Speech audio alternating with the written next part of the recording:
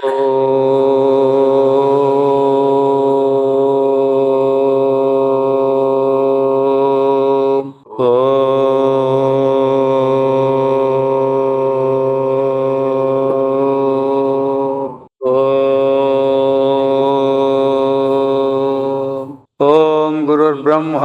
गुरुर्विष्णु गुरुरेव महेश्वरः गुरु साक्षात् परब्रह्म तस्मै శ్రీ గురవే నమః. పరమాత్మకులారా, నిన్నటి దినం మనం ఈ పరమాత్మని యొక్క మహిమము లేదా జ్ఞానం యొక్క ఫలము ఏమనే దానికి ఒక మంత్రం చెప్పినారు. దాన్ని నిన్న రెండు విధాలుగా చూసినాం అనమాట. ఈ వేదాలన్నీ కూడా పరమాత్మను ఆశ్రయించే ఉన్నాయి, పరమాత్మ నుంచి లేవు. అట్లా పరమాత్మ నుంచి లేవని తెలుసుకుంటే కాకుండా వేదాలని నేను నేర్చుకుంటానని ఆ వేదాలు సపరేట్ అనుకుంటే వానికి వేదాల ద్వారా ప్రయోజనం లేదు. కాబట్టి వ్యవహారం అంతా కూడా ఏదైనా సరే శాస్త్రంలో ఎన్ని రకాలు ఎప్పుడైనా చెప్పినా కూడా ఒక్క పాయింట్ గుర్తుపెట్టుకోమంటుంది. అదంతా కూడా పరమాత్మకు అనుసంధానం చేస్తే మాత్రమే దానికి ప్రయోజనం ఉంటుంది. ఆ అర్థం తెలుసుకున్న వాళ్ళకే జ్ఞానం అవుతుంది, లేకపోతే జ్ఞానం అయ్యలేదు. అట్లా జ్ఞానమైన వాళ్ళకి ఇంకేం వేరే మహిమలు విభూతులు లేవా అంటే వాళ్ళకి అన్ని విభూతులు ఉంటాయి వాళ్ళ దగ్గర. అనిమాద అష్టసిద్ధులు కూడా ఉంటాయి జ్ఞానిలో. అయితే వాళ్ళు వాడుకోరు దానిని. కాబట్టి ఆ జ్ఞానులు అనే వాళ్ళు లోక సంహార్థం కోసమే వాళ్ళు ఈ జ్ఞానబోధం చేసి ధన్యులవుతారు అని చెప్పి ఆ మంత్రానికి అర్థం నిన్నది. ఇదే మంత్రವನ್ನು ఆదిత్యన పరವಾಗಿಯೂ ಕೆಲವರು అర్థం ಮಾಡಿರ್ತಾರೆ. ఆదిత్య అంటే సూర్యుని పరంగా. సూర్యుడు కూడా పరమాత్మ నుంచి స్వతంత్రంగా లేడు. ఆ సూర్యునిలో అంతర్భాగంగా అంతర్గతంగా ఉండేది పరమాత్ముడే అనే దాన్ని కూడా కొంతమంది చెప్తారు. ಋಗಾది వేదమయ దేవతలలో శ్రేష్ఠ. కాబట్టి దేవతల్లో శ్రేష్ఠుడు ఎవరప్ప అంటే ఆదిత్యుడు లేదా సూర్యుడు. ఆదిత్య మండలాంతర్గతనాగే పరమాత్మ నిర్వహణం. కాబట్టి ఆ సూర్యుని యొక్క చైతన్యం, ఆ సూర్యుడు యొక్క ఏమంటాం, ఆయన ప్రకాశించేదానికి ఆధారం ఏమో అన్నట్లయితే ఈ పరమాత్మయే ఆ సూర్యునికి కూడా ఆధారము.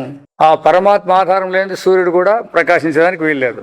కాబట్టి ಆದಿತ್ಯ ಮಂಡಲದ ಆಕಾಶದಲ್ಲಿ ದೇವತೆಗಳೆಂದರೆ ప్రకాశమానమాద కిరణాలు ఆశ్రయించుಕೊಂಡಿರುವವು. మనం కిరణాలు అంటున్నాం చూడ, అవన్నీ ఆ కిరణాలన్నీ కూడా దేవతలు ఉన్నట్లు సూర్యునికి. ఎట్లయితే మన దేహంలో అవయవాలు మనల్ని ఆశ్రయించుకుంటే కూడా దానితోనే ప్రయోజనం జరుగుతుంది కదా, ఆ విధంగా ఇంత వేదమైన ఆదిత్యన స్వరూపమని అరియదే. కాబట్టి సూర్యుడు అంటే ఎవరు అనుకుంటున్నాం మనం? ఏదో సామాన్యంగా అదే సూర్యుడు అంటే ప్రకాశించేవాడు అని ఇట్లా అనుకుంటున్నారు. అతడు కూడా యొక్క ఆకారమైనటువంటి పరమాత్మ స్వరూపమే తెలుసుకోవాలా. అట్లా తెలుసుకోకుండా పోతే కేవಲ ಶಬ್ದರೂಪವಾದ ವೇದವನ್ನು ಪಠಿಸುವವನು ఆ శబ్ద ఆడంబరದಿಂದ ಏನನ್ನು ತಾನೇ పడేదాను. కేవలం శబ్దాలు నేర్చుకొని దాని అర్థాలు తాత్పర్యాలు తెలుసుకునేంత మాత్రం ఏలాంటి ప్రయోజనం లేదు. దాని యొక్క సంబంధాన్ని గుర్తించినప్పుడు మాత్రమే మనకు వాటి యొక్క ప్రయోజనం చేకూరుతుంది. ఆదరింద యారు ఆదిత్యాంతర్గత వేద పురుషులను బల్లరో. కాబట్టి ఎవరైతే ఈ ఆదిత్యుడు అంటే ఇతడు పరమాత్మ యొక్క అంతర్గతంగా ఉండేవాడే, పరమాత్ముడి స్వతంత్రంగా లేడని తెలుసుకుంటారో అవరే నిజవాద జ్ఞానికలు, వారే నిజమైనటువంటి జ్ఞాన స్వరూపులు. ಹಾಗೂ అంతవరు తమ విశిష్ట జ్ఞానದಿಂದ భయరోగరహితరాగి. ఎప్పుడైతే ఈ విధంగా పరమాత్మ యొక్క స్వరూపమే ఆ యొక్క సూర్యుడు అని తెలుసుకుంటే వాళ్ళకి ఈ భయం అనేది కానీ రోగాలు అనేటివి కానీ ఇవేవీ లేకోకుండా బాಳುವರು. ఈ భూమి ఎందుకు కూడా జీవనం సక్రమంగా చేస్తారు. ఆదరింద అధ్యయనವನ್ನು ಮಾಡುವ సాధకను, ఎవడైతే వేదాలను అధ్యయనం చేస్తా అంటాడో అటువంటి సాధకుడు ఆదిత్య పురుషున తత్వన్న అరితవనాగిరಬೇಕು. ఆదిత్యుడు అంటే ఎవరు? ఆదిత్యునికి ఆశ్రయమైనటువంటి వాళ్ళు ఎవరని తెలుసుకోండాల. అందుకే ఏదన్నా తెలుసుకోండి, సృష్టిలో ఏదన్నా ఉన్నీలేండి దాని మూలము పరమాత్మ అని గుర్తించుకోండి. అదొక్కటే పాయింట్. ఇంకేం ఎన్ని చెప్పినా కూడా, ఎంతసేపు చెప్పినా దానినే చెప్పాలి మనం చెప్పేది కూడా.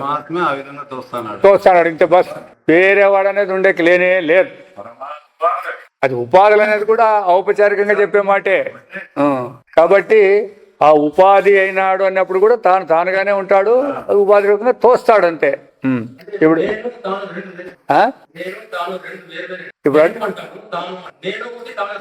ఎట్లయితుంది అది ఉండని నేను అంటారు, తానంటే దేహరైతోని తాను అంటాడు. మరి డిఫరెన్స్ కదా. నేను తాను అనుకోతే రెండు ఎందుకు పేర్లు పెట్టాలా? నేను తాను అని దానికి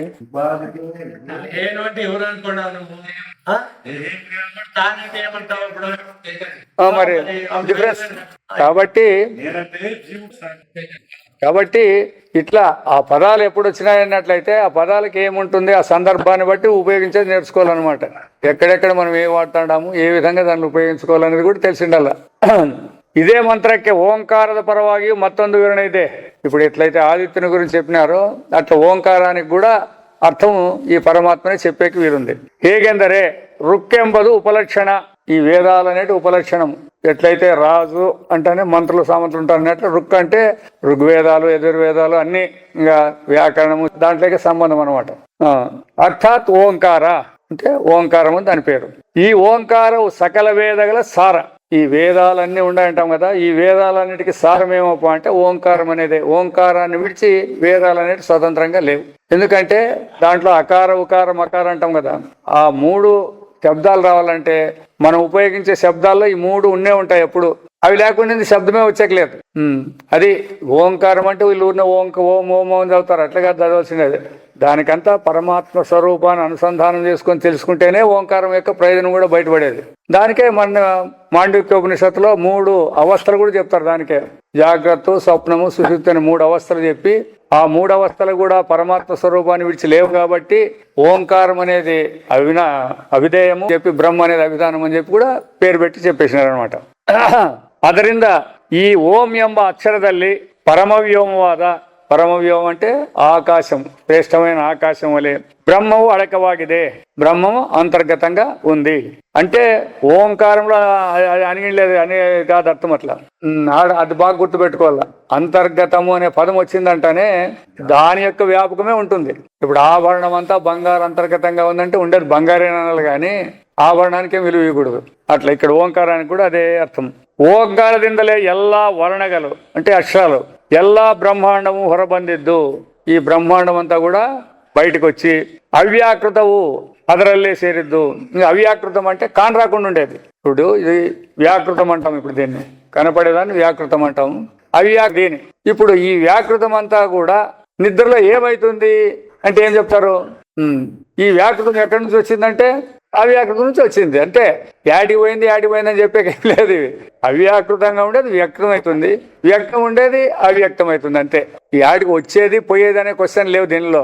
ప్రశ్న ఇట్లా వేసినప్పుడు నిద్రలో ప్రపంచం అనేది ఎక్కడ పోతుందంటే ఏం చెప్తారు? ఇంకా సుషుప్తిలో ప్రపంచం యాడికి పోతుందంటే యాడికి పోతుంది, యాడి పుట్టింటే ఆడికే పోతుంది. అది ఇంకా కొత్తగా పోయేదానికి లేదు. కాబట్టి ఆత్మలోనే అంతర్గతమైపోతుంది అనమాట. అది ಅದರಲ್ಲೇ ಸೇರಿದ್ದು అభిధాన అవిధేయ రూపవాద. అభిధానం అంటే పేరు, అవిధేయం అంటే పేరుతో పిలువబడేది. స్వతంత్రం అవి అవస్థలోనే దేశకాలాలు. కాబట్టి వచ్చిపోయేయటం అనేది పొందదు దానికి. అదే మన వాళ్ళు అంటాం కదా, ఇప్పుడు నిద్రపోయినప్పుడు ఈ ప్రపంచం ఆటిపోతుంది, వెలుగులో ఉంది, అదే మాట్లాడతారు కదా. అట్లా మాట్లాడినప్పుడు అది ఎక్కడ పోతుంది, ఎక్కడ వచ్చేది క్వశ్చన్ ఏం లేదు. ఉండే పరమాత్మే తెలియనప్పుడు ప్రపంచం అంటాము, తెలుసుకుంటే పరమాత్మ అంటాం. ఇంతే. అప్పటికప్పుడు సృష్టింపబడుతుంది, లైవ్ అయిపోతుంది. తాళ్ళలో పాము కల్పన అంతే. అట్లా అంతే. సృష్టి అవుతుందంటే మళ్ళీ తప్పు వస్తుంది. అందుకే శాస్త్రంలో మాయ సృష్టి అంటారు. అందుకే భగవంతుని యొక్క జన్మ కర్మచ మే దివ్యం యో వ్యక్తి తత్వత అంటాడు. అన్నప్పుడు ఏమి, భగవంతుడు జన్మ ఎటువంటిది? భగవంతుని జన్మ సత్యమా? భగవంతుని జన్మ సత్యమా? కాదు, మాయకం. ఎందుకంటే మాయను స్వాధీనంలో పెట్టుకొని ఆ జగత్తును ఉద్ధారం చేసేదానికి ఆయన పుడతాడు అని అది పేరు. మరి ఆయన చేసే పనులు ఏమైనా ప్రతిఫలాపేక్షతో పనిచేసేటుంటాయంటే ప్రతిఫలాపేక్ష చేసేయలేదు, లోకోద్ధారణ కోసమే ఉంటాడు అని. ఇట్లా పరమాత్మ యొక్క జన్మను, పరమాత్మ యొక్క కర్మను ఎవడైతే గుర్తిస్తాడో వాడికి పరమాత్మ అనుభవం వచ్చేకి వీలుంటుంది. అంటే నిజంగా సృష్టి అనేది లేదు అనేది పోతుపడాలి అంటాడు. ఇప్పుడు మాయక సృష్టి అంటే ఏమర్థం? అది లేనిది అని అర్థం. అంతే. ఇప్పుడు ఆయన మాత్రం ఉండాలంటే ఆయన కూడా ఏమంటాడు? నా మాయను స్వాధీనంలో పెట్టుకొని నేను పుట్టినాను అంటాడు. మీ వలే కర్మల ద్వారా నేను పుట్టలేదు, నా ఇష్టం వచ్చినప్పుడు పుట్టా, నా ఇష్టం వచ్చినప్పుడు అదృశ్యమైపోతా. మనకు అట్లేదు. కర్మ యొక్క ఫలితాన్ని అనుభవించాలా, తర్వాత నాశనం కావాలా, లేదా కర్మ ఫలానికి అనుగుణంగా మనం జన్మలు ఎత్తా ఉండాలా. ఇది భగవంతుని యొక్క జన్మ కర్మలు అంటే ఏమంటే ఈ విధంగా ఉంటాయని ఎవరు తెలుసుకుంటాడో, అంటే భగవంతునికి పుట్టుకనేది లేదు, కర్మలు అనేటివి లేవు అనేది ఎవడైతే గుర్తించుకుంటాడో వాడికి మళ్ళా పుట్టుకనేది లేదు. అది నైతి మామయ్య సోజన అంటే మళ్ళీ వానికి ఎప్పటికీ ఉండదు అని చెప్పిండు. అది ಇದನ್ನು ಬಿಟ್ಟು ಇನ್ನು దేవతలు ಯಾರು ಇಲ್ಲ. ఆ పరమాత్మను విడిచి స్వతంత్రంగా దేవతలు అనే వాళ్ళు ఎవరు లేరు. ఎట్లయితే సూర్యుని విడిచి సూర్యుని కిరణాలు లేవో అట్లా పరమాత్మను విడిచి ప్రపంచం అనేదంతా కూడా ఎవరు స్వతంత్రంగా ఉండకలేదు. ವೇದಗಳೆಲ್ಲ ಓಂಕಾರ ಪೂರ್ವಕವಾಗಿ ಪಠಿಸಲ್ಪಡುವವು. ఈ వేదాలన్నీ కూడా ఓంకారాన్ని ఆశ్రయించుకొని చెప్పబడుతుంటాయి, చదువుబడుతుంటాయి. ಅದರಿಂದ ಯಾವನು ఈ ఓంకార స్వరూపన బల్లవనాగిల్లవో, ఎవరికైతే ఓంకార స్వరూపం అంటే ఏం తెలియకపోతుందో, ఏం చెప్తారు అందరూ ఓంకారం అంటే ఓంకారం అంటే, లేదా అకారం ఉకారం మకారాలని చెప్పి పెడుతుంటారు అంతే. అట్లా కాదు. ఆ అకారం అంటే ఏమి, ఉకారం అంటే ఏమి, మకారం అంటే ఏమి, అర్ధాంస్వరం అంటే ఏమి, ఇవన్నీ తెలుసుకోవాలన్నమాట. ఇవన్నీ తెలుసుకున్నప్పుడు పరమాత్మ వ్యాపకం అనేది దాంట్లో వస్తుంది. అట్లా ఓంకారాన్ని అర్థం చేసుకొని దాన్ని జపిస్తే వాళ్ళు అవుతారు. మనలు ఓం ఓం అనుకుంటుంటే దాని యొక్క ప్రయోజనం వేరే. అర్థానుసారం అంటే అర్థంతో పాటు తెలుసుకొని ఎవడైతే జపం చేస్తాడో దాన్ని ఉపాసిస్తాడో వాళ్ళకి తత్వం బోధపడేకి వీలవుతుంది. ಅವನು ಕೇವಲ ಮಂತ್ರಗಳಿಂದ తాను సాధించాను. కేవలం మంత్రాలతో ఏమవుతుంది, మంత్రం యొక్క అర్థం అనుసంధానం చేసుకుంటే మంత్రం యొక్క ప్రయోజనం చేకూరుతుంది. అట్లా కాకోకుండా ఊరిన మంత్రాలు కంఠపాఠం చేసినంటే ఏం పనికి వస్తాయి, ఏం పనికి వచ్చేదానికి లేదు. సకల వేదಗಳಲ್ಲಿ ప్రణవవు నాను ఎందు గీత వెళ్ళి తెలిసిదే. భగవంతుడు చెప్పిండే ఎవరంటే తన విభూతిలో ఓంకారమే నేను అని చెప్పినాడు భగవంతుడు. ಆ ವಿಧಂಗ ಗೀತೆಯಲ್ಲೂ ತಿಳಿಸಿದೆ. ಅದರಿಂದ ವೇದಾಧ್ಯಯನ ಮಾಡುವವನು ప్రణవతత్వజ్ఞాగిరಬೇಕು ಎಂದರ್ಥ. ఈ వేదాలను అధ్యయనం చేసే వాళ్ళందరూ కూడా ఆ ఓంకారం యొక్క స్వరూపాన్ని బాగా గుర్తించినటువంటి వాళ్ళని ఉండవలసి ఉంది. ఇంకా కడయదాగి చివరికి జీవన పరವಾಗಿయు, ఇప్పుడు జీవుడు జీవుడు అంటున్నాం కదా మనలందరినీ, వీని పరంగా కూడా ఇదಕ್ಕೆ అర్థం ఆడలాగుತ್ತದೆ. ఏది ఏ విధంగా అయితే ఆ ఓంకారము పరమాత్మ విడిచలేదు, ఆదిత్యుడు పరమాత్మ విడిచలేడు, ఏ జ్ఞానులు కూడా పరమాత్మ, వేదాలు కూడా పరమాత్మ విడిచలేవు, దేవత జీవుడు అనేవాడు కూడా పరమాత్మ విడిచలేడు. అట్లా అందుకే జీవో ಬ್ರಹ್ಮೈವ ನಾಪರಹ ನಿಂಡೇದು అనమాట. ಋಕ್ಕೆಂದರೆ ಮಂತ್ರಗಳಿಂದ ಪ್ರಸ್ತಾಪಿಸುವ ಜೀವನು ತನ್ನ ಆತ್ಮನಾದ ಅಕ್ಷರವೆಂಬ పరబ్రహ్మದಲ್ಲಿ ಒಂದಾಗಿರುವನು. ఆದರೂ శాస్త్ర ప్రకారము శాస్త్ర దృష్టితో చూసినట్లయితే ఈ జీవుడిని అనే కూడా పరమాత్మనే పిలువబడినాడు. అయితే దాని అర్థం తెలియనందువలన ఆ పరమాత్మన మహిమను అరియవదాగి సంసారి ఆగిరువను. కాబట్టి ఇప్పుడు మనం అందరము నేనంటే ఎవరని చెప్పుకుంటాం, అందరము దేహం అనుకుని చెప్తాం, లేదా జీవుడు అని చెప్పుకుంటాం. నిజంగా మరి జీవుడు స్వతంత్రంగా ఉంటాడా, దానికి ఏమైనా ఆశ్రయం ఉంటుందే? ఏదైనా ఒక వస్తువు ఉండాలంటే దానికి మూలమైనటువంటి ఆశ్రయం ఉండే తీరాల. ఇప్పుడు మనం స్తంభం అంటే దీనికి రాయనే ఆశ్రయం ఉండాలా లేదా? ఇది పుస్తకం అంటే పేపర్లనే ఆశ్రయం ఉండాలా లేదా? అట్లా ఈ జీవుడు అని అంటున్నారు కదా, వీరికి ఆశ్రయం ఏది? ఒకవేళ చాలా మంది దేహము అని అనుకో, మరి దేహానికి కూడా ఒక మూలం ఉండాలి. మళ్ళీ నువ్వు ఎప్పుడన్నా ఒక వస్తువుని విచారం చేసేకపోతే ఆశ్రయం అనేది ఉండే తీరాల. దానికే వ్యవహార దృష్టికి పరమాత్మ దృష్టికి ఏం భేదం అంటే, వ్యవహార దృష్టిలో యథార్థ వస్తువు తెలిసేలేదు. వ్యవహారంలో మీరు ఎంతైనా చేయండి, వ్యవహారం పరమార్థ వస్తువు లేదు, దానికి కనపడదు. మనకి ఆ నామరూపాలు మాత్రమే కనపడుతుంటాయి. అయితే తెలుసుకోండి అవసరం లేదు. కాదు, తప్పు తెలివి మాకుందంటారు కదా, మీకు ఎట్లుంటుంది అంటే యథార్థం తెలియకోకుండా వ్యవహారం చేస్తుంటారు అని చెప్పేది. దాన్ని వ్యవహారం సరిపోతుంది. తప్పు తెలియదు ఎవడొద్దు అంటాడు. పనికి మాలాడు చేసుకుంటే పని వానికి సరిపోతుంది, ఎవరో అంటారు. బుద్ధిమంది చేసుకుంటే పని బుద్ధిమంది సరిపోతుంది. దానేం పేరు పెట్టదు శాస్త్రము. అయితే మీరు వ్యవహారానికి సరిపోయేవాళ్ళైనా కాదా అని చూడాలి. మీరు జీవుడు అంటున్నారు కదా, నిజంగా మీరు జీవులేనా? అది ఇక్కడ విచారం వచ్చేది. వేదాంతంలో వచ్చే విచారం ఇదనమాట. వేదాంతాన్ని ఎందుకు రారప్ప అంటే, వ్యవహారస్తులకు వేదాంతం ఆవశ్యకత లేదు, అవసరం లేదు, వాళ్ళు రారు కూడా. కారణం ఎందుకంటే వాళ్ళకి ఏ సత్యం అని వచ్చినారో దాంట్లోనే తిల్లాడుతుంటారు. అయితే వేదాంతం అన్నట్లయితే ఎవరైతే సత్యాన్ని గుర్తించాలనుకుంటారో వచ్చేది ఉంది, కనబడేది ఉంది. దీని సత్యం ఇదేనా, దీనికంటే అన్యం ఏమైనా ఉందే అని జిజ్ఞాసులు ఎవరైనా బయలుదేరితే వాళ్ళకి వేదాంత ప్రయోజనం. అందుకే ఇప్పుడు వేదాంతం అంటే ఊర్లో చెప్తే ఎందుకు రాదు అంటే ఎవరికి కాబట్టదు. అదే వీళ్ళు బలవంతంగా వస్తాడారు, స్వాములు పాములు అన్నందుకు వీళ్ళు వస్తాడారే కానీ ఎవరికి కావాలి వేదాంతము? వేదాంతం చెప్తే ఎవరైనా, కాకపోతే దాంట్లో కర్మ జిజ్ఞాస ఈ విభూతులు చెప్తే దానికి జనం ఎగబడతారు. మళ్ళీ దానికి ఉంది భగవద్గీతలో 2వ అధ్యాయంలోనే చెప్తాడు. 30వ శ్లోకం నుంచి మొదలవుతుంది. అది ఎంత చెప్తాడే, త్రైగుణ్య విధేయ నిస్త్రైగుణ్యో భవార్జున అనేది. ఈ 3 గుణాల యొక్క వ్యవహారం చెప్తా అంటే అంత అట్రాక్షన్ గా ఉంటారంట జనం. యామ్యం పుష్పతం వాచం అని. ఎట్లయితే పూలు బాగా కాసినాయి, పండ్లు ఇచ్చేలేదు, అది ఆ చెట్టు నుంచి ఏం ప్రయోజనం ఉంటుంది చెప్పండి? ఇప్పుడు ఎర్ర పూలు ఉంటాయి చూడండి, అవన్నీ బ్రహ్మాండంగానే వస్తుంటాయి, పండ్లు ఏం లేవు కదా దానికి. ఇప్పుడు గులాబీ ఉండదు అనుకోండి, ఏం దాని ప్రయోజనం ఏముంది? పండ్లు ఏం లేవు దానిలో అన్నిటికీ, చూసేకేమో.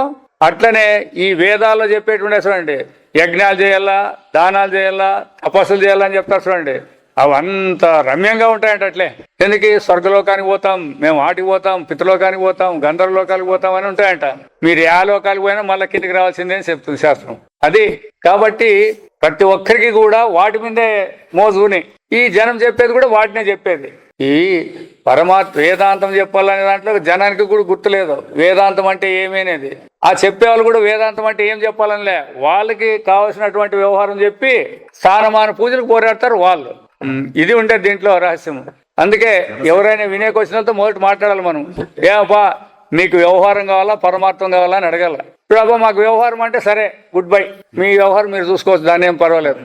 కాబట్టి పూర్వకాలము ఎవరైతే మాకు ఇదంతా వద్దు అని, ఎవరు రాజులు కూడా రాజ్యాన్ని పరిపాలించారు వాళ్ళు 50,000 60 ఏళ్ళు, 2 కాదు ఊరినే అన్ని భోగాలు అనిపించిన వాళ్ళు కూడా ఇది ప్రయోజనం లేదని తెలుసుకొని అడవులకు పోయినప్పుడు, లేదా బ్రహ్మచారులు అయినటువంటి వాళ్ళు మాకు తత్వమే కావాలని పోయినప్పుడు అక్కడ వాళ్ళకి పరీక్ష చేసి చెప్పేవాళ్ళు.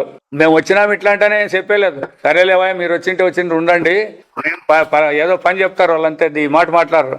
మేము ఒక 100 గోవులు ఇస్తాము, ఇవి 10,000 అయ్యే వరకు కాసుకొని రా బాబు చెప్తామంటారు అంతే. వానికి ఇష్టం ఉంటే ఉండొచ్చు, లేకపోతే వెళ్ళిపోవచ్చు, అదే గుర్తు వాళ్ళకి. అదే విధంగా ఇప్పుడు ప్రజా పోయినాడు, విరోచనుడు పోయినారు. ఎందుకు వచ్చినారంటే మాకు తత్వం కావాలని వచ్చినామంటారు. ఓహో తత్వం కావాలని వచ్చినారా, మీరు చాలా పెద్ద మందులే అనుకున్నాడు. ఎందుకంటే అది కింద తెలుసుకుంటే ఇంకెవరు మమ్మల్ని జయించే వాళ్ళు లేరంట, మమ్మల్ని చంపే వాళ్ళు లేరంట. వీళ్ళు బుద్ధి ఆడుందంటే మళ్ళీ ఈడే ఉండాలి వీళ్ళకి. అన్ని కోరికలు నెరవేరుతాయి, అన్ని నెరవేరుతాయంటే ఈయన విన్నాడు, ఈయన ఇంద్రుడు వచ్చినాడు. వాళ్ళు రాక్షసుల రాజు కూడా అతడు విన్నాడు. ఈ దేవతతో మనకు పీకిలాట ఉంది కాబట్టి మనం ఇందు వస్తాంలేని ఆయన వచ్చినారు, ఇద్దరు వచ్చినారు అనమాట. తప్పేం లేదు, వేదంలోనేమో ఇదే ఉండేది.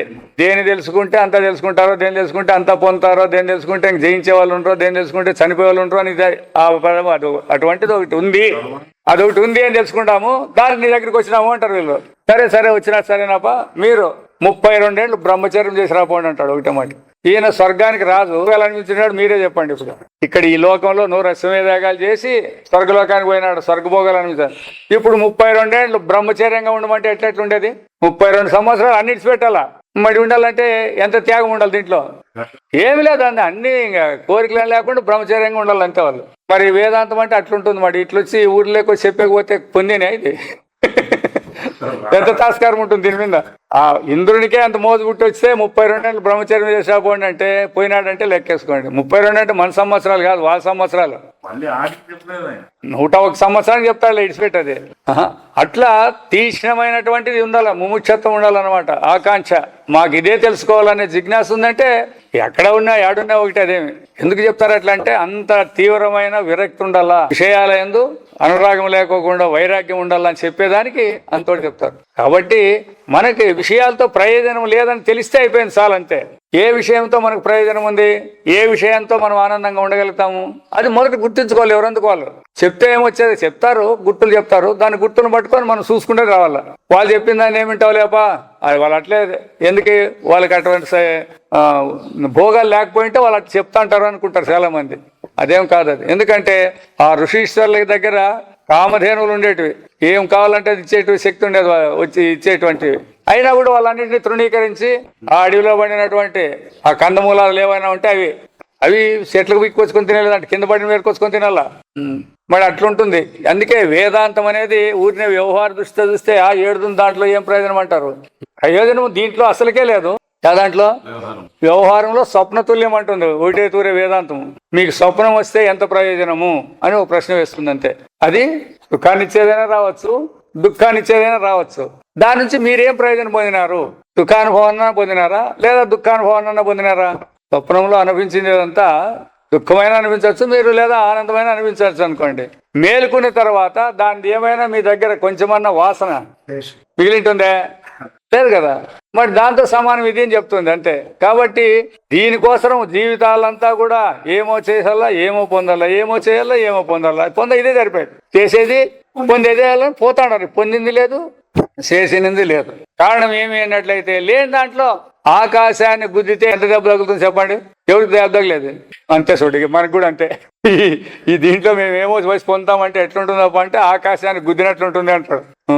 ఉండని. ఎందుకంటే జనానికి మరి ఆ సంస్కారాలు రావాలంటే కష్టం కదా. అది ఎవరికైనా సులభమేం కాదు. పరమాత్మ కావాలంటే సులభమా? ఆకారు కావాలంటే పర్వాలేదు, పోరాడదు చెట్లో గట్ల. అది కావాలంటే ఎట్టి పరిస్థితిలో కూడా ఇవన్నిటినీ వదులుకుంటేనే ఏదనమాట. ನಿಜವಾಗಿ ಆ ಪರಬ್ರಹ್ಮವನ್ನು ಆಶ್ರಯಿಸಿಕೊಂಡ ಜೀವಾತ್ಮನಿಗೆ ఆ పరమాత్మ ఇతనికి ఉపాధిಗಳಿಂದ అంటే ఉపాధులైనటువంటి దేవతಗಳು ಎಂದರೆ ಇಂದ್ರಿಯಾಧಿಕರಣಗಳು ಕೆಲಸ ಮಾಡುತ್ತಿರುವವು. దేవతలు ఎవరప్ప అంటే ఈయనకి ఉపాధికి ఇవే ఇంద్రియాలు, జ్ఞానేంద్రియాలు 5, కర్మేంద్రియాలు 5, అంతఃకరణ చతుష్టయం, ఇవే దేవతలు. అందుకే చెప్పేది ఈ అధిష్టాన దేవతలు ఈ ఇంద్రియాలకు ఉంటారు, వీళ్ళని పని జరుగుతుంది లేకపోతే పని జరగట్లేదు. అది ఎంతమందికి తెలిసిపోయి కనీసం ఇదన్నా తెలిస్తే కూడా చాలు, జనము బతకచ్చు. నేను చూస్తాను, ఇప్పుడు నేను చూస్తాను అంటే నా కళ్ళు ఉండే కదా నేను చూస్తాను అంటాడు. సరే నీ కళ్ళు ఉండాయి చూస్తాను అంటాడవులే, అదే స్వతంత్రంగా కన్ను అనేది చూస్తా ఉందే, దానికి ఆ శక్తి ఉందే అంటే దానికి అధిష్టాన దేవత అనుగ్రహం, సూర్యుని అనుగ్రహం ఉండే తీరల్లా. ఆ సూర్యుడు అనే స్వతంత్రం అంటే అతడు పరమాత్మను ఆశ్రయించే ఉంటాడు. అప్పుడు పరమాత్మని యొక్క అనుగ్రహమే అధిష్టాన దేవతలకు, అధిష్టాన దేవతల అనుగ్రహమే ఇంద్రియాలకు, ఈ ఇంద్రియాల యొక్క అనుగ్రహమే ఈ జీవునికి. మరి వీడికి ఏం స్వతంత్రం చెప్పండి చూస్తాం. ఇప్పుడు విర్రవీగుతాడు, నేను అట్లావాడు, నేను ఇట్లావాడు, నేనంటే ఏమని ఇట్లా మాట్లాడుతున్నారు కదా. ఏమన్నా సరుకుందా అని వీళ్ళ దగ్గర యథార్థం తెలియదు.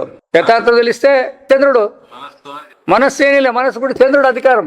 చంద్రుడు లేకపోతే అందుకే చెప్తారు కదా, మనసు ఉండే వాళ్ళు తిరుగుతాడు కదా, బజార్లు పట్టుకొని జుట్టు పెంచుకొని తిరుగుతుంటారు కదా, తిక్కుమండలనే లేదా వాళ్ళని ఎందుకంటారు వాళ్ళని. బుద్ధికి బృహస్పతి ఉన్నాడు, మనస్సుకు చంద్రుడు ఉండలేదు, పోయి ఉంటుంది అంతే, అయిపోయి. చంద్రుడు అనుగ్రహం పోతే ఇంకా అన్ని అనుగ్రహాలు పోయినట్లే. ఇంకా మనసే పని లేకపోతే దాని కింద పనిచేసే జ్ఞానేంద్రియాలు ఇంకేం పని చేస్తాయి, మెయిన్ అది ఇది ఉన్నట్లా. కాబట్టి మనకంతా ఇంత మనస్సుకి ఇంకా అనుగ్రహం ఉంది, బజార్లో తిరిగే వాళ్ళకంటే తిక్కోళ్ళ కంటే మనకు ఉంది.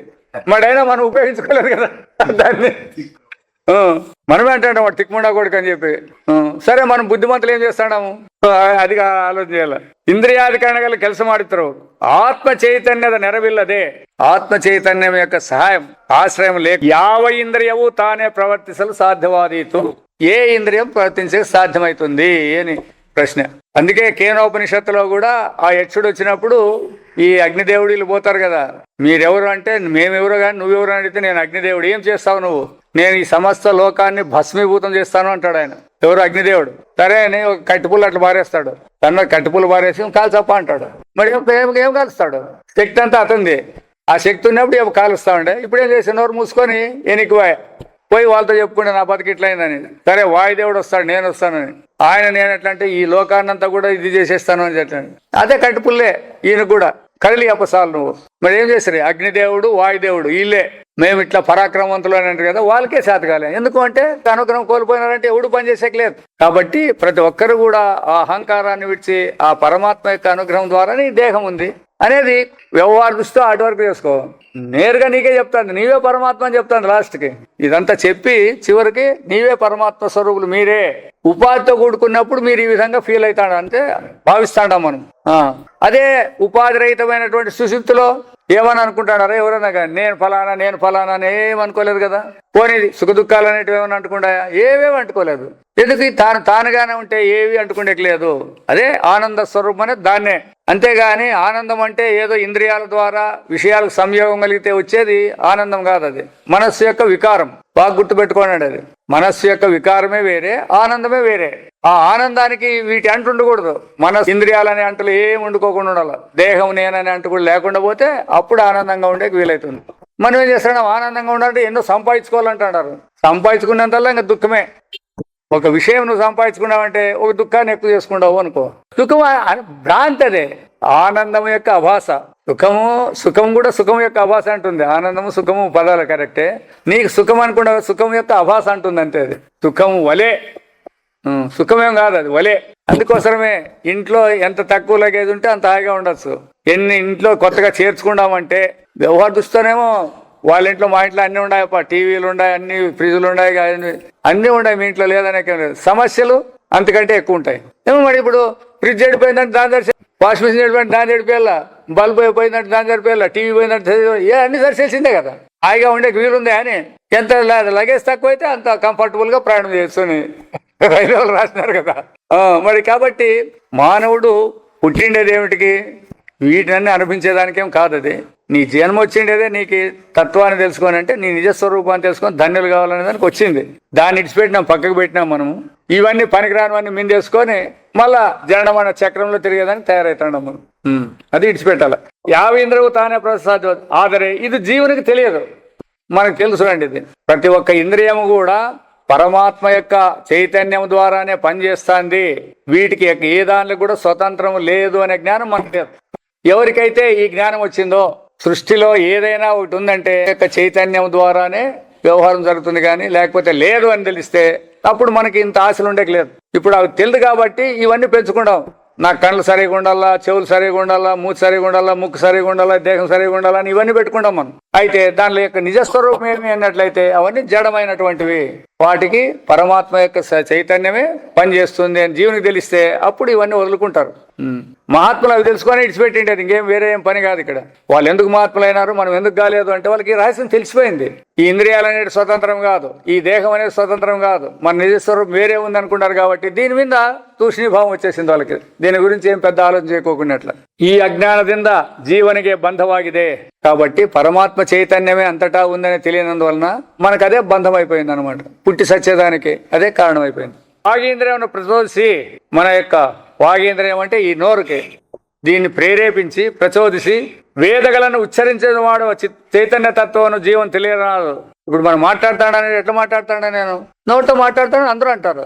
నోటికి అంత స్వతంత్రం ఉందే, మీరు కూడా మేము వింటాడాం అంటాడారు. మీకు కూడా వినేదానికి చెవులకి అంత స్వతంత్రం ఉందే అనేది తెలుసుకోవాలి. ఇట్లా ఊరికోటి ఏదైనా సరే ఈ విషయం ఎప్పుడైతే మనకు తెలిసిందంటే మన ఇంద్రియాలు పనిచేయాలా, కాళ్ళు పనిచేస్తాడంటే విష్ణువు యొక్క అనుగ్రహం ఉంది, చేతులు పనిచేస్తాయంటే ఇంద్రుని అనుగ్రహం ఉంది, కన్నులు పనిచేస్తాయంటే సూర్యుని అనుగ్రహం ఉంది, చెవులు పనిచేస్తాయంటే దిక్పాలకుల అనుగ్రహం ఉంది.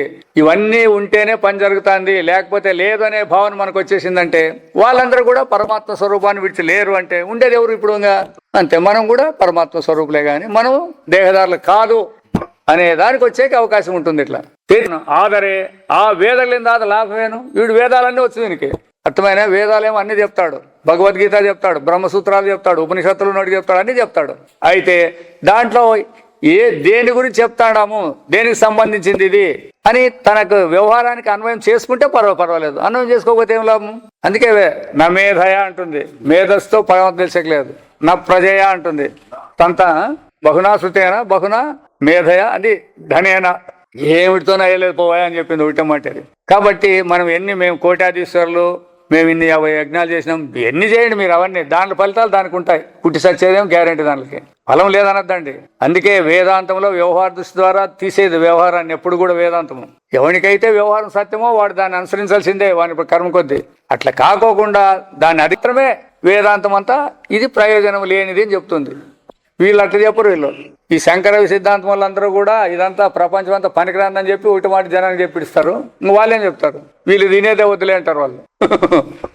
శంకరాచార్యులు అట్లా ఎప్పుడు చెప్పలేరు. ఎందుకంటే ప్రపంచమే పరమాత్మ స్వరూపం అంటాడు ఆయన. వీళ్ళకి ఆ జ్ఞానం కూడా లేదు ఈ జనానికి, వాళ్ళకి. అయినా ఈ ప్రపంచం మిథ్య అంటారు, మనమంతా మిథ్య అంట, మనం చేసే వ్యవహారం అంతా మిథ్య అంట. అట్లాప్పుడు దాంతో మనకేం పని ఉండదు తినేదానికి. అది పరమార్థ దృష్టి. అది మీరు వ్యవహార దృష్టిలో ఉండారు. మరి మీకు వ్యవహార దృష్టి కావాలా పరమార్థ దృష్టి కావాలని సెలెక్ట్ చేసుకుంటే అప్పుడు దీని యొక్క ప్రయోజనం మనం పొందేదానికి వీలైతుంది.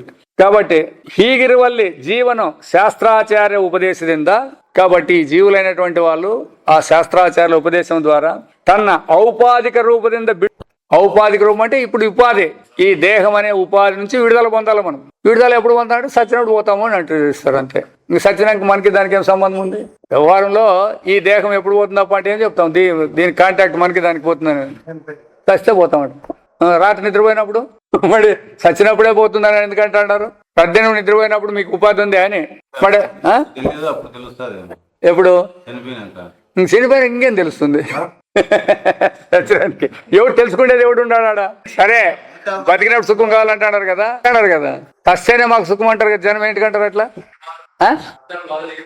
మరి నువ్వు అంటాడావు కదా వాళ్ళ కష్టాలు ఏమో అంటావు కదా, నీకు మాత్రం సుఖాలు ఉంటాయని. ఒకరి కష్టాలు సుఖాలు ఏముండవు. అవి అందరిది ఇప్పుడు అగ్గి ముట్టుకుంటే ఎవడైనా కాలుస్తుంది. అది అర్థమైనా తెలిసినాక ముట్టుకున్నాను కాలుస్తుంది, తెలియకోకుండా ముట్టుకున్నా. అట్లా ఎప్పుడైతే బ్రతికి ఉన్నప్పుడు మేము సుఖంగా ఉండాము అన్నట్లయితే, వాళ్ళు బతికినప్పుడు మాకు ఈ కష్టాలు ఉన్నాయి కాబట్టి మేము సస్తే అన్నారంటే అది పొందుతుంది అని రెండింటికి.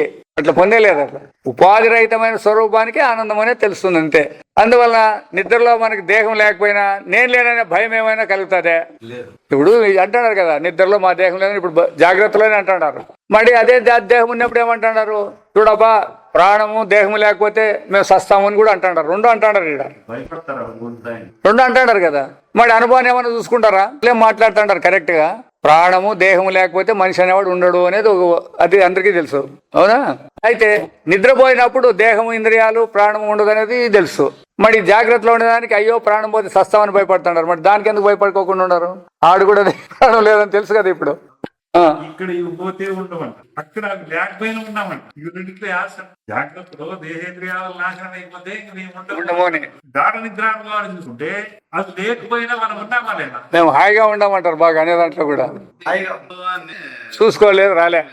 అనుభవాన్ని చూసుకుంటే రాలేదు అంటే కేవలం నమ్ముతున్నామంటే మీరు చెప్తున్నారు కాబట్టి తట్టుకోప చెప్పినామంటే నమ్ముతాము అని అంటున్నారు మీరు. కరెక్టే, అది కూడా ఒప్పుకుందాం. మేము చెప్తే చెప్తా అవుతుంది కదా. అదే మరి మీరు పరమాత్మ స్వరూపులు అంటే ఎందుకు నమ్మడం లేదు అని ఏడు నమ్ముతాండారు. ఇది నమ్ముతాండాం అన్నప్పుడు మళ్ళీ మా కష్టాలు ఉన్నాయన్న పదం రాకూడదు. అనుభవం తెచ్చుకోలేదు, ఆ అనుభవాన్ని గుర్తించేకి రాలే. ఎందుకు అంటే మనకుండే అనుభవం అంతా దేహేంద్రియ మనసుల అనుభవమే ఉంది ఇప్పటి వరకు. ఈ వేదాంతం ద్వారా నేరుగా ఉండే అనుభవం అనేది ఒకటి తెలిస్తే ఆ అనుభవంలో నిలబడితే అప్పుడు దీని బోధం అవుతుంది. అంతవరకు కయకలేదు. అది కావాలంటే ఏముండాలా, నీకు అటువంటి సంస్కారం ఉండాలా అంటుంది అది. అటువంటి సంస్కారానికి మనం ఏం చేసుకుంటాము, అన్ని తగిలించుకుంటాము. భార్య, పిల్లలు, ఇండ్లు, భూమి, డబ్బు అని తగిలించుకుంటాము. ఇంకా అన్ని తగిలించుకునేవాడు ఇంక ఇవన్నీ ఇడిపించుకోవాలి కదా. ఇడిపించుకోవాలంటే ఇష్టం ఉంటుంది. అదే పనిగా మోతుపడి చేసుకుంటాము. దాన్ని ఇడిచిపెట్టి ఎట్లా ఇడిచిపెట్టాం భయపడతాం. అట్లా. కాబట్టి అనుభవపూర్వకంగా గుర్తించితే వాళ్ళు అవేం ప్రమాదం కాదు. ఎవరికి ఏం ప్రమాదం కాదు. వాళ్ళకి ప్రమాదం లేదు, వీళ్ళకి ప్రమాదం లేదు, ఎవరికి లేదు. అందుకే భగవద్గీతలో చెప్తాడు, వ్యవహార దృష్టి నుంచి కూడా మీరు చింతించే అవకాశం లేదు, పరమార్థ దృష్టిలో కూడా చింతించే అవకాశం లేదు. అర్జున, వ్యవహార దృష్టిలో పుట్టినోడు ప్రతి ఒక్కడు సస్తానే ఉంటాడు. వాళ్ళ గురించి నువ్వేం ఆలోచన చేసే పని లేదు కదా. సత్యాన్ని గురించి ఏం ఆలోచన చేస్తావు చెప్పు. పరమార్థ దృష్టిలో జీవులు లేనే లేరు. ఇట్లా నీకు దుఃఖించే అవకాశం లేదు, అట్లా నీకు దుఃఖించే అవకాశం లేదు. అయినా ఆ తెలియకోకుండా అజ్ఞానం చేత నువ్వు దుఃఖిస్తాడావు అని చెప్తాడు అంతే. అందువల్ల నా దుఃఖం అనేది ఎందుకు వచ్చిందంటే అజ్ఞానం ద్వారా దుఃఖమే గాని సరైన జ్ఞానం ద్వారా దుఃఖించవలసిన అగత్యమే లేదు. ఎందుకంటే పుట్టేటప్పుడు ఏమైనా బాధపడి వచ్చినావా, నేను పుడతానని తట్టుకోపా అని లేదు కదా. ఇంకా అందులో వీళ్ళేం బర్త్డే చేసుకుంటారు, వానికేమో డెత్ డేలే అవన్నీ. ఎందుకంటే పుట్టిన మరుక్షణం నుంచి కూడా వానికి కౌంటింగే, చనిపోయేకి దగ్గరికి వచ్చేది. పుట్టినవాడు నాకు 60 ఏళ్ళు అయినట్టు చాలా దగ్గరికి వచ్చిన లేపానల్లా. కాబట్టి ఈ విధంగా ఆ వివేకం లేనందువలన మనకందరికీ దుఃఖం కలుగుతుంది. అంతేగాని వివేకం ఉంటే దుఃఖం కలిగేదానికి అవకాశమే లేదు. కాబట్టి ఔపాధిక రూపದಿಂದ బిడుగడ పొంది ఈ దేహం నేను కాదు అనేటువంటి దృఢమైన నమ్మకం కలిగి విశిష్టవాదద్దే నిజరూపದಿಂದ అంటే సత్యమైనటువంటి జ్ఞానస్వరూపం ద్వారా అభినిష్పన్ననాదరే ఉద్ధారణాగవను.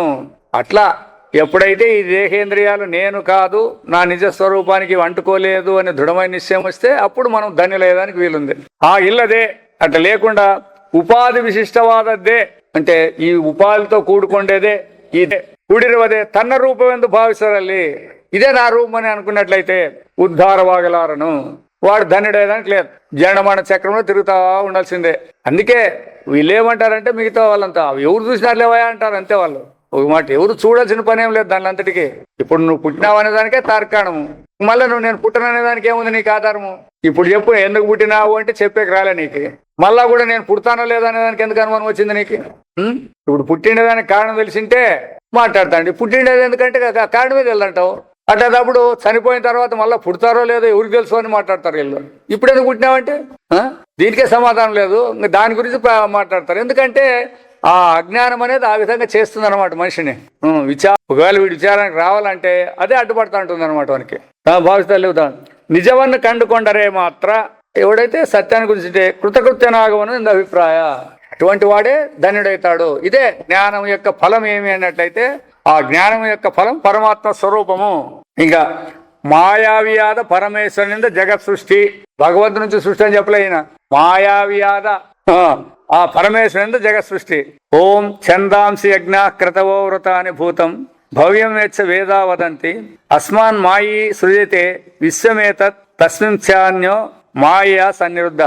దీని అర్థము ఛందస్సులు, యజ్ఞాలు, ಕ್ರತುವುಲು ವ್ರತಾಲು ಮುಂತಾಗಿ ವೇದಗಳು ಏನೇನು ಶ್ರೇಯಸ್ಸಾಧನ ಹೇಳುತ್ತೀವಿಯೋ ಶ್ರೇಯಸ್ಸಾಧನ అయితే ఒక రకంగా శ్రేయస్ సాధనాలే యావి యజ్ఞాలు, యాగాలు, దానాలు, తపస్సులు ఇవన్నీ కూడా అంటే మన పరమాత్మ స్వరూపం చూపించేకే పనికొస్తాయి. ఎప్పుడు పనికొస్తాయి అవి? భగవదర్పితం చేసి నిష్కామంగా చేస్తే అవుతాయి, శ్రేయస్ వస్తుంది. అట్లా కాకోకుండా మేమే యజ్ఞాలు చేస్తాం, మేమే వ్రతాలు చేస్తాం, మేమే జపాలు చేస్తాం, మేమే తపాలు చేసుకుంటామంటే అవి ప్రేయస్ సాధనాలు అవుతాయి. ప్రేయస్సు అంటే ఏమి? భౌతిక సంపద. ఆ భౌతిక సంపద రావచ్చు పోవచ్చు దానికి. అయితే శ్రేయస్సు అనేది ఉంది చూడండి, అది వచ్చిపోయేది కాదు, అది మన నిజ స్వరూపం. అది అందుకోసమే శ్రేయస్ సాధనాలే వేరే, ప్రేయస్ సాధనాలే వేరే. అంతేకాదు మనకి హితం అని చెప్తాం చూడు, మాకు మేలు జరుగుతుంది అని అంటారు చూడండి. మీకు మేలు జరుగుతుంది అని మీరు అంటున్నారు కదా, ఏ ఆధారంతో మీరు మాకు మేలు జరుగుతుంది అని అంటున్నారు? మేలు అనే పదానికి అర్థమే మీకు మేలు అని అంటే మీరు ఏం కర్మ చేసినా మీకు దుఃఖం రాకోకుండా ఉంటే అది మేలు. ఏం పని అనేది దుఃఖం రాకూడదు తప్ప మీకు. అట్లా సాధ్యమవుతాయా? ఏ పని చేసినా దుఃఖం వచ్చే తీరుతుంది. వాడి ఇంకా మేలు ఎట్లయినట్లు మీకు. కాబట్టి దానికే శోకమోహ నివృత్తే భగవద్గీత యొక్క తాత్పర్యం అన్నారు. అంతే. ఏమి ఆ దుఃఖం అనేది లేకోకుండా నాదనేది లేకుండా ఉండేది ఆ మోహ నివృత్తే భగవద్గీత సారం. మేలంటే అది జరగాల. హితము అంటే మనకేం జరగాల? మన నిజ స్వరూపానికి మార్గం చూపించేది హితము, దానికి భిన్నంగా చూపించేది శ్రేయస్సు, అహితము అంటారు దాన్ని. ఇంకా ಹೇಳ್ತಾವ ఏది కళలు హోదద్దు అంటే జరిగిపోయిండేది, ముందు బరువుదాదద్దు భవిష్యత్తు వచ్చేది, సహా ఏనేనివియో ఉండేటివి ఇప్పుడు ఉండేటివి ముందుగా వచ్చేటివి ఏవి ఉన్నాయో ఈ విశ్వవెల్లవన్ను మాయావియాద ఈశ్వరును, ఈ జగత్తునంతా కూడా ఆ గాడివాడు గాడి చేస్తాడు చూడండి, ఆ మాయావి అయినటువంటి ఈశ్వరును అక్షరవెంబ కారణದಿಂದ సృష్టిస్తానే. భగవంతుడు జగత్తును సృష్టి చేసినాడు అని చెప్తారంటే తాత్పర్యం కాదు అది.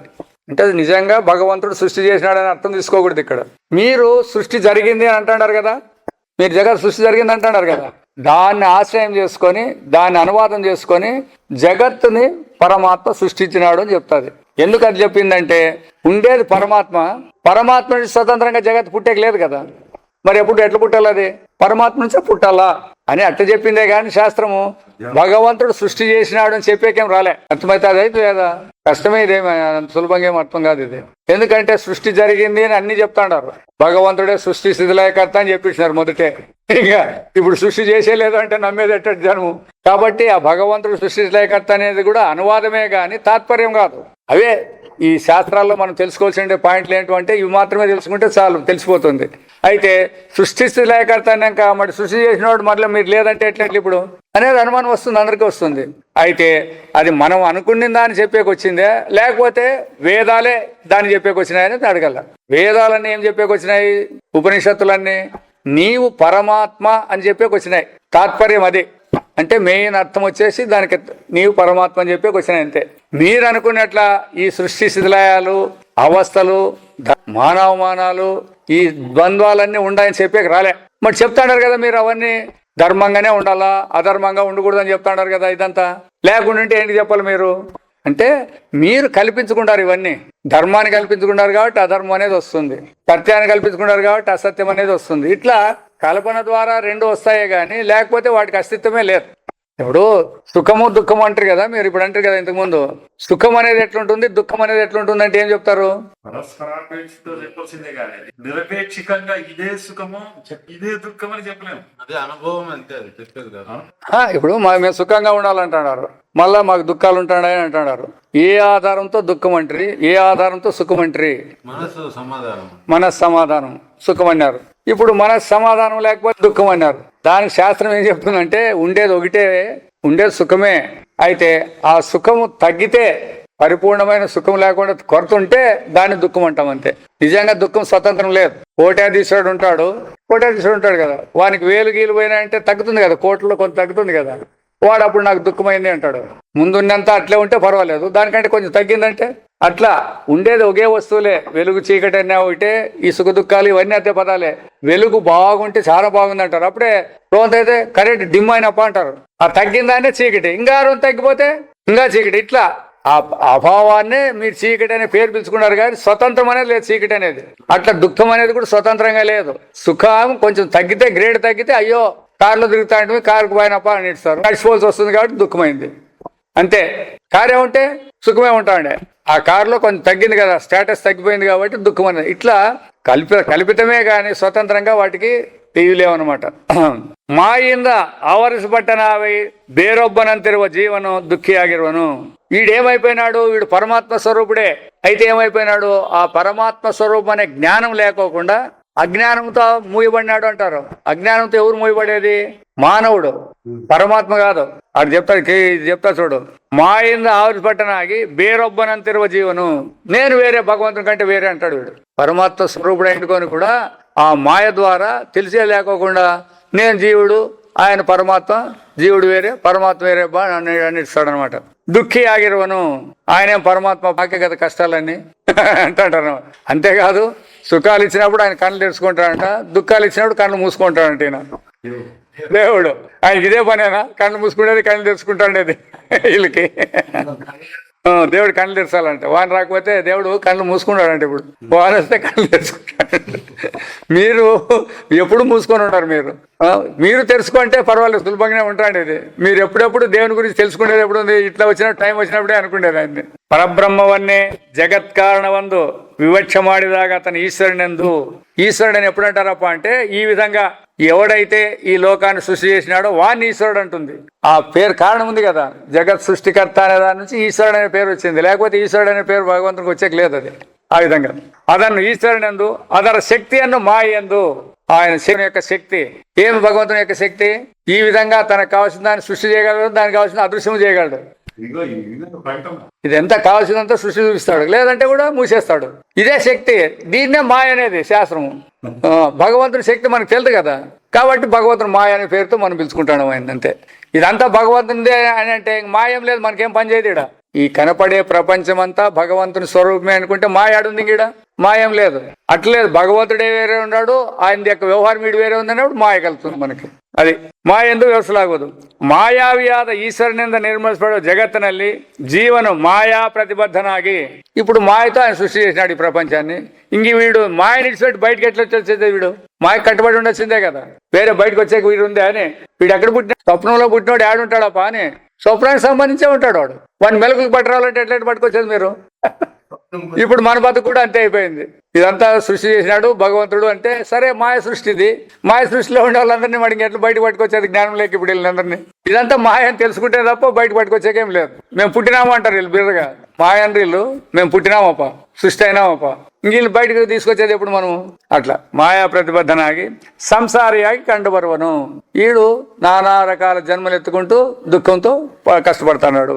అందుకే సులభమే వేదాంతము. మన అనుభవాన్ని చూసుకుంటే కూడా చాలు, చాలా ఏం బయటకు ఎక్కువ ఆలోచన చేసే పని లేదు. స్వప్నంలో ఉన్నంతసేపు మనం ఎన్నో కష్టాలతో కూడుకొని ఉంటాము. ఆ కష్టాల నుంచి ఎవరు రక్షిస్తారప్ప అంటే, ఎవరు రక్షిస్తారు చెప్పండి? ఆ భగవంతుడు రక్షిస్తాడు మిమ్మల్ని. మేలుకుండేది ఒకటే కావాల్సిండేది, అంతేనే కదా? ఇప్పుడు కూడా అంతే. ఈ కష్టాల నుంచి, ఈ వ్యవహారం నుంచి మేము ఎట్లా పెడతామంటే, నీ నిజ స్వరూపం తెలుసుకో, అంతే. మేల్కో. పేదట్లో నుంచి ఈ అజ్ఞానం అనేటువంటి ఈ నేను అనే దాని నుంచి మేల్కో, అంతే. ఇంకెవరు నేను కాపాడేది ఏముండదు, నువ్వు ఎవరినైనా ఆశ్రయించేది ఏముండదు. కాబట్టి ಪರಮೇಶ್ವರನ ಮಾಯಾರೂಪ. ಉಪನಿಷತ್ತುಗಳಲ್ಲಿ ಬ್ರಹ್ಮ ಕಾರಣವಾದವನ್ನು ಅನೇಕ ಕಡೆಗಳಲ್ಲಿ ಪ್ರಸ್ತಾಪಿಸಲಾಗಿದೆ. ఈ బ్రహ్మయే కారణం అనేది ఏడన్నా అడగండి, దేనికి కారణం అంటే పరమాత్మ కారణం అని చెప్పుకుంటూ వస్తారు ఉపనిషత్తులు అంతా కూడా.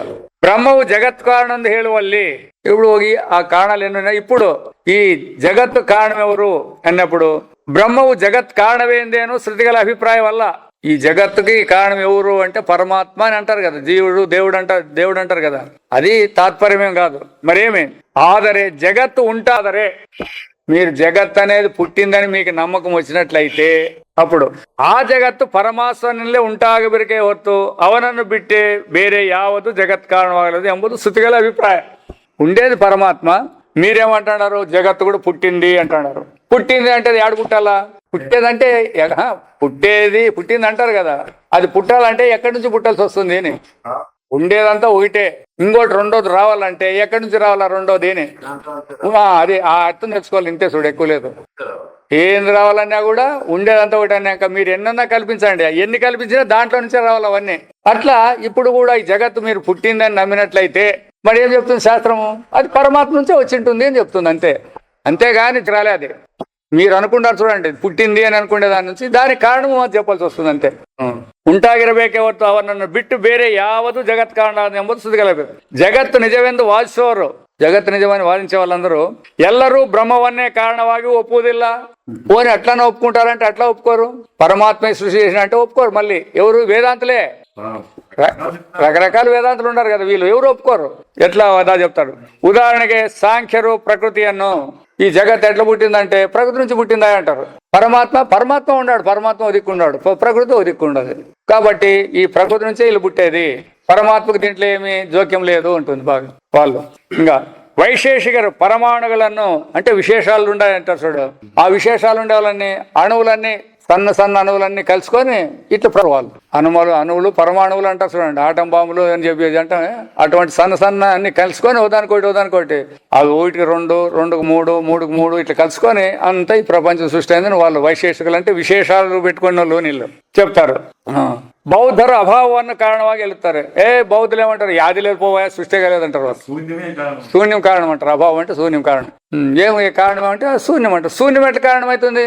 ఏమీ లేనిది దాంట్లో ఏందని ఎట్లా కనపడుతుంది అని వాళ్ళు చెప్తారు. వాళ్ళు అట్లే చెప్పేది శూన్యం నుంచే పుట్టిందంటారు వాళ్ళు బాగా వెళుతారు. అచేతనవాద ప్రకృతి ఆగలి. ప్రకృతి అంటే చేతనం లేనిది దానికి. ఇప్పుడు ప్రకృతి అని మనం దేంతో తెలుసుకుంటాడో చెప్పండి, జ్ఞానంతోనే తెలుసుకోవాలా. మరి దానికి స్వతంత్రం ఉంది. అచేతనవాద ప్రకృతి ఆగలి అభావం ఆగలి జగత్ కారణం ఆగలాడేందు వేదాంతికలు ఖండిస్తారు. ఇప్పుడు జడమైంది చేసేకలేదు, లేనిది పుట్టకలేదు అని ವೇದಾಂತರು ಖಂಡಿಸಿದ್ದಾರೆ. ಈಚೆಗೆ ವೇದಾಂತಗಳಲ್ಲಿಯೇ ತಟಸ್ಥಿರವಾದನ್ನು ಒಪ್ಪಿರುವ ಕೆಲವು ಮದ್ದವರು ನಾರಾಯಣೆಂಬ ಪರಮಾತ್ಮನ ಜಗತ್ಕಾರಣೆಂದು ಮತ್ತೆ ಕೆಲವರು ಶಿವ ಅಥವಾ ಶಕ್ತಿಮಾತೆಯ ಜಗತ್ಕಾರಣೆಂದು ತಮ್ಮ ತಮ್ಮ ವಾದಗಳನ್ನು ಮಂಡಿಸುತ್ತಾರೆ. వీళ్ళు కొంతమంది రైతులు ఇట్లంతా వీళ్ళు విష్ణు అని కొంతమంది, ఈశ్వరుడు అని ఒకడు, శక్తి అని ఒకరు. ఎందుకంటే శక్తిని గురించి ఎక్కువ చెప్తా ఉంటారు చూడండి. వీళ్ళందరూ వాళ్ళే ఎక్కువ ఉండేది ఇప్పుడంతా. దానికే ఆ దాంట్లో పూజలు గీజలని ఎక్కువ జరుగుతాయప్ప అంటే ఆ శక్తిని గురించి చెప్పే వాళ్ళకే బాగా కీర్తి ప్రతిష్టలు ఉండేది. జనం అంతా ఫస్ట్ క్లాస్గా చెప్తాడప్ప ఈయన అనేది. శక్తి అంటే వాళ్ళు ఏమి స్త్రీ వైపు చూపించి ఇస్తారు ఇటు చెయ్యి, దాని నుంచి జనానికి అదో మోజు. జగత్కాన్ని తమ తమ వాదಗಳನ್ನು మండిస్తారు. ಆದರೆ ಮೂಲಭೂತವಾದ తటస్థేశ్వరవాదులు అంటారు వీళ్ళని. తటస్థం అంటే ఏమి వాళ్ళ దేవుడు. ఈ శివుడు అని ఇంతమంది, విష్ణువు అని ఇంతమంది, శక్తి అని ఇంతమంది చెప్పుకుంటుండే. అక్కడ దిక్కితే అక్కడ పోతాండే వాళ్ళు వీళ్ళంతా. తటస్థం ఇదే నిర్ధారణగా లేవా వాళ్ళు దాని గురించి చెప్తుంటారు అనమాట. ಮೂಲಭೂತವಾದ ಉಪನಿಷತ್ತುಗಳಲ್ಲಿ జగత్ కారణం బ్రహ్మ ఎంబిదన్ను. జగత్ కారణము ఇవన్నీ ఏం కాదప్ప బ్రహ్మమే అని. ఎందుకనేది కూడా బాగా ఎంత నీట్గా చూడండి. జగత్ కారణం బ్రహ్మమే ఎంబిదన్ను. జగత్ కారణం బ్రహ్మ అనేదాన్ని బ్రహ్మ ప్రతిపత్తికే ఉపాయವಾಗಿ తెలిసిదే ಹೊರತು వీళ్ళెట్లు ఉపయోగించుకుంటారప్ప అంటే ఈ దేహం ఎందుకు ఉంటుంది అంటే మనమేమంటాము తినేదానికి దానికి దీనికి అని మనం అంటాం. శాస్త్రం ఏం చెప్తుందంటే ఈ దేహం ఉంది, ఈ జగత్ ఉంది అంటే ఎట్లొచ్చింది, ఎందుకు వచ్చింది అని ప్రశ్న వేస్తే ఆ పరమాత్మ నుంచి వచ్చిందని పరమాత్మను తెలిపే దీన్ని ఉపయోగించుకుంటుందంట శాస్త్రం. అంతే. ఈ జగత్తుని ఇవన్నిటిని కూడా పరమాత్మను బోధ చేసేకి ఇది ఉపయోగించుకుంటుంది. దీనిని అర్థం కాలేదా? ఇప్పుడు బ్రహ్మమే కారణం అని అంటానంటే బ్రహ్మం కారణం అని తెలుసుకునేదానికి కాదు. ఇప్పుడు ఊరినే పరమాత్మ ఉండాలంటే ఎట్లా అర్థమవుతుంది మీకు? పరమాత్మ ఉన్నాడు అని చెప్పినారు, ఎట్లా అర్థమవుతుంది మీకు? మరి ఎట్లా అర్థమవుతుందప్ప అంటే చూడబ్బా ప్రపంచం కనపడుతుంది కదా, ప్రపంచంలో జీవులందరూ ఉన్నారు కదా, మరి వీళ్ళందరూ ఎట్లా పుట్టిండాలా? పరమాత్మ ద్వారా పుట్టిండాలా అని. ఆ పరమాత్మను తెలిపే దీన్ని ఉపయోగించుకోవాలంటారు. ఎట్లయితే నిత్యని మిద్దెక్కే ఉపయోగించుకోవాలంతే. అర్థమైనా? నిత్యని ఎందుకు ఉపయోగించుకుంటాం మనము? మిద్దెక్కినా కూడా దాన్ని పట్టుకొని తిరుగుతుంటామా? అట్లా ఇది కూడా మన స్వరూపాన్ని తెలుసుకుంటేకి దీన్ని ఉపయోగించి శాస్త్రం చెప్తుంది. మనం దీన్నే పెట్టుకొని ఇదే సత్యమని మనం అట్లా ఆ విధంగా కాకుండా బ్రహ్మవు జగత్కారణవేందు అవధారణ ఏందిల్లా సత్యం అని చెప్పారు కాలే. ఈ నిజవన్న పల్ల సంప్రదాయం రాదా? ఇది ఎవరు తెలుసుకున్నారు? ఈ విధంగా ఈ ప్రపంచం యొక్క ఉనికిని పెట్టి పరమాత్మ యొక్క ఉనికిని తెలిపేదానికి ఈ ప్రపంచం ఉందని వీళ్ళు అనుకుంటున్నారు సత్యం అని. కాదు, ఈ ప్రపంచం యొక్క ఉనికి పరమాత్మ యొక్క ఉనికి అని తెలిసినటువంటి మహాత్ములు సాంప్రదాయ విధరాదా. ఈ సాంప్రదాయం అనేది ఎట్లాది? ఇది మా సాంప్రదాయం అంటారు చూడు జనం. ఏం సాంప్రదాయం అంటే ఏమి అంటే వాళ్ళ పెద్దల నుంచి వచ్చిండేది అని అర్థం. అది వ్యవహారంలో పరంపరగా వచ్చిందని. వేదాల్లో కూడా అదే. అనుభవమైనటువంటి గురువు అధికారి అయినటువంటి శిష్యునికి చెప్పేది సాంప్రదాయం వేదాంతంలో. అందుకే శంకర సాంప్రదాయం అన్నట్లయితే శంకరాచార్య సాంప్రదాయం పోలే. గౌడపాదాచార్య నుంచి అక్కడి నుంచి అట్లంగా లేదా పరమాత్మ నుంచి కూడా తీసుకొని చెప్పొచ్చు. అటు నుంచి కూడా నారాయణం అనేది ఉంది కదా, అటు నుంచి కూడా చెప్పుకుంటూ రావచ్చు. అట్లా అది సాంప్రదాయం. అంతేగాని వీళ్ళు అంటారు మా సాంప్రదాయం, మా గురువు సాంప్రదాయం అంటారు వీళ్ళు. ఈ గురువు సాంప్రదాయంలో అనుభవం అని కానీ అధికారం అనే పదాలు లేవు. మిగతా సాంప్రదాయాలు ఉంటాయి, దానిలో అనుభవం అనే పదం కానీ అధికారం అనే పదం కానీ ఎవరికి అవసరం లేదు. దీంట్లో ఎవరైనా చేస్తాడు. దీంట్లో చేరేదానికి అట్లా కుదరదు. ఎందుకంటే వస్తుతంత్రాన్ని గుర్తించేవాడు మాత్రమే దీంట్లోకి అధికారి. వస్తువు ఎట్లుందో అట్లా తెలుసుకునేవాళ్ళు. వీళ్ళంతా వస్తువు ఎట్లుంటే అట్లా తెలుసుకునేవాళ్ళు, చెప్పినట్లు వినేవాళ్ళు. వీళ్ళంతా ఏది చెప్తే దాని ఎమిడికి పోతాండే వాళ్ళే. అంతేగాని వస్తువు యొక్క నిజతత్వాన్ని తెలుసుకునేకి వీళ్ళు లేదు. అందువలన ఈ సాంప్రదాయాలే వేరే. వేదాంత సాంప్రదాయం అంటే గౌడపాదాచార్యులు శంకరాచార్యులు, సురేశ్వరాచార్యులు వీళ్ళకి చెప్పేదనమాట. వీళ్ళు ముగ్గురినే వేదాంతులు అనాలంటారు. ముగ్గురిని వేదాంతులని కాదు, ఈ ప్రకారం వాళ్ళని వేదాంతులు అని చెప్పాలా అని. సంప్రదాయ విధరాದ శ్రీ శంకరాచార్యరు బ్రహ్మ ప్రతిపాదనకి జగత్ కారణವನ್ನು బలుచుకొల్లుతారు. ఉపయోగించుకుంటాడు ఈయన. ఎందుకు ఉపయోగించుకుంటాడు అంటే పరమాత్మను బోధ చేసేకి ఈ జగత్ కారణాన్ని ఉపయోగించుకుంటాడు ఈయన, అంతే. జగత్ కారణం సత్యం అని చెప్పే కాదు దానికి. ఆದರೂ అద్వితీయ పరబ్రహ్మದಿಂದ జగత్తు ఉత్తోదాదరు ಹೇಗೆ మెయిన్ అది ఎడతాడు. రెండవది లేనటువంటి పరమాత్మ నుంచి రెండోది ఎట్లా పుడుతుంది? ఆకాశం నుంచి వాయువు పుట్టిందంటారు. ఆకాశమే ఇది లేదప్ప, ఆకారం లేదు. దాంట్లో నుంచి వాయువు అనేది ఎట్లా పుట్టేది? ఇట్లా రెండవది లేని పరబ్రహ్మంతో ఎట్లా పుడతాడు ఎంబ సంశయవన్న కలియుವುದಕ್ಕಾಗಿ నీ సంశయాన్ని పోగొట్టాలా, నీకు అనుభవాన్ని చూపించి పోగొట్టాలి, కానీ ఊరికే చెప్పకూడదు. ఇక్కడ అది ద్వైతంలో ఉండే విశిష్టతే ఇది అనమాట. ఎవడైనా ఎటువంటి వాడైనా వచ్చి సంశయాన్ని పెట్టచ్చాడు. ఆ సంశయాన్ని అనుభవపూర్వకంగా తీసేసేది ఈ సాంప్రదాయంలో మాత్రమే ఉంది, ఇంకేడలేదు. అది కూడా ఏదో వైయక్తిక అనుభవంగా అని చెప్పేది కాదు. మాయా సృష్టి అని అంగీకరిసి నిజంగా ఉందని ఒప్పుకోలేదు, మాయా సృష్టి అని ఒప్పుకుంటారు అనమాట. ఎవరు? శంకరాచార్యులు. బ్రహ్మవాదವನ್ನು నిరూపణ ಮಾಡಿರುತ್ತಾರೆ. ఆ విధంగా తద్విధంగా మాయా సృష్టిని వీళ్ళు ఒప్పుకుంటారు. వీళ్ళు సత్యమైన సృష్టి అంటారు. వీళ్ళు మిగతా వాళ్ళంతా జగత్తు పుట్టిందంటారు. వీళ్ళు ఈయన జగత్తు తోస్తుందంటాడు. ఈయన పుట్టిందని లేదు, వీళ్ళు తోస్తుందంటారు. వీళ్ళు తోచేదానికి పుండేదానికి డిఫరెన్స్ ఉందే లేదా? స్వప్నమేం కాదు. ఇప్పుడు ఆ వెంకయ్య ఉన్నట్లే ఉన్నాడు అని దూరం నుంచి చూస్తే వెంకయ్య ఉంటే కదా ఆడ ఉన్నట్లున్నాడు అన్నారు, అంతే. వెంకయ్య మాదిరి కనపడినాడు అంటే వెంకయ్య ఉన్నాడు ఆడ. వెంకయ్య ఉంటే మాదిరైన పని, వెంకయ్య ఉంటే మాదిరైన పని ఏమీ వస్తువు ఉండలేదు. అట్లా ఈ వేదాంతంలో ఇది ఒరిజినల్ అని చూపిస్తుంది అనమాట. నిపుణం ಇದು శృతి సమ్మతವಾಗಿದೆ ఎంబదన్న ఇక తెలిసిలాగవదు. వీళ్ళు మాయా సృష్టిని అంగీకరించినారంటారు కదా, ఎట్లాపా ఇది మీరు చెప్పినట్లు అనుకుంటూ పోయేదేనా మా పని అంటే దానికి శృతులు యావి వేదాలు, ఉపనిషత్తులు, బ్రహ్మసూత్రాలని చెప్పినాయి. దానికి ప్రామాణికంగా చెప్పి మనకి ఇప్పుడు చెప్పే మొదలు పెడుతుంది. ప్రకృతి ఈ మంత్రదల్లి అస్మాన్ మాయి సృజతే, నా యొక్క మాయ చేత సృజింపబడింది ఇది అని భగవంతుడు చెప్పినాడు. అస్మాన్ మాయి సృజతే ఎంబ వాక్యವನ್ನು ಈಗ విచార ಮಾಡೋಣ. అందుకే ఏది కానీ వేదాంతంలో విచారణ చేసి మీకు నమ్మకం వస్తే ఒప్పుకోండి, నమ్మకం లేకపోతే ఇడిచిపెట్టండి అంటాడు శంకరాచార్యుడు. అంటే వీళ్ళు అంటారు నమ్మకం అంటే మాకు మనస్సుకు ఇంద్రియాలకి అనుభవం లేదంటే అది ఒప్పుకోరు. మీ పాయింట్లు ఇడిచిపెట్టాలి ఇక్కడ. ఎందుకంటే ఒకనికి ఒక అనుభవం ఉంటుంది, అర్థమైనా? ఒకనికి ఒక వస్తువు ఇష్టమైతే అదే వస్తువు ఇంకోనికి ఇష్టం ఉండలేదు. మరి ఇట్లా వాళ్ళు సరిచేసి సాధ్యమవుతుంది? అది అట్లా ఉండకూడదు అనమాట. అందరికీ సార్వత్రికంగా ఉండేదానికి చెప్తుంది అనమాట ఈ వేదాంతం. మాయన్న తన స్వాధీనదಲ್ಲಿಟ್ಟುಕೊಂಡು తాను ಅದಕ್ಕೆ వశనాగదే. ఇప్పుడు మనం అందరం పుట్టినాము, మనం అదృశ్యం కావాలంటే అవుతామా? లేదా మళ్ళీ మనం పుట్టాలంటే పుడతామా? మనకి ఇష్టం వచ్చిన రూపం పుడతామా? అయితే భగవంతుడు పుట్టినాడు కదా, అట్లా వరాహ అవతారంలో పుట్టినాడు, మత్స్య అవతారంలో పుట్టినాడు, తాబేల అవతారంలో పుట్టినాడు, నరసింహ అవతారంలో పుట్టినాడు, వామన అవతారంలో పుట్టినాడు. ఎన్నో అవతారాలు ధరించినాడు ఆయన, అవునా కదా? ధరించినాడు, మళ్ళీ వెంటనే అదృశ్యం కూడా అయిపోతున్నాడు. దానికి కాలం ఇంతవరకు ఉండాలా ఇంత అనేది ఏం లేదనమాట. అది అర్థమైనా? ఎందుకు లేదు అంటే మనకు మాయ, ఆయనకు మాయ లేదు. అదే భేదం. అర్జునుడు కూడా అంటాడు కదా, నీవు ఎప్పుడో పుట్టినానంటే ఎట్ట మొన్న పుట్టినావు అంటాడు.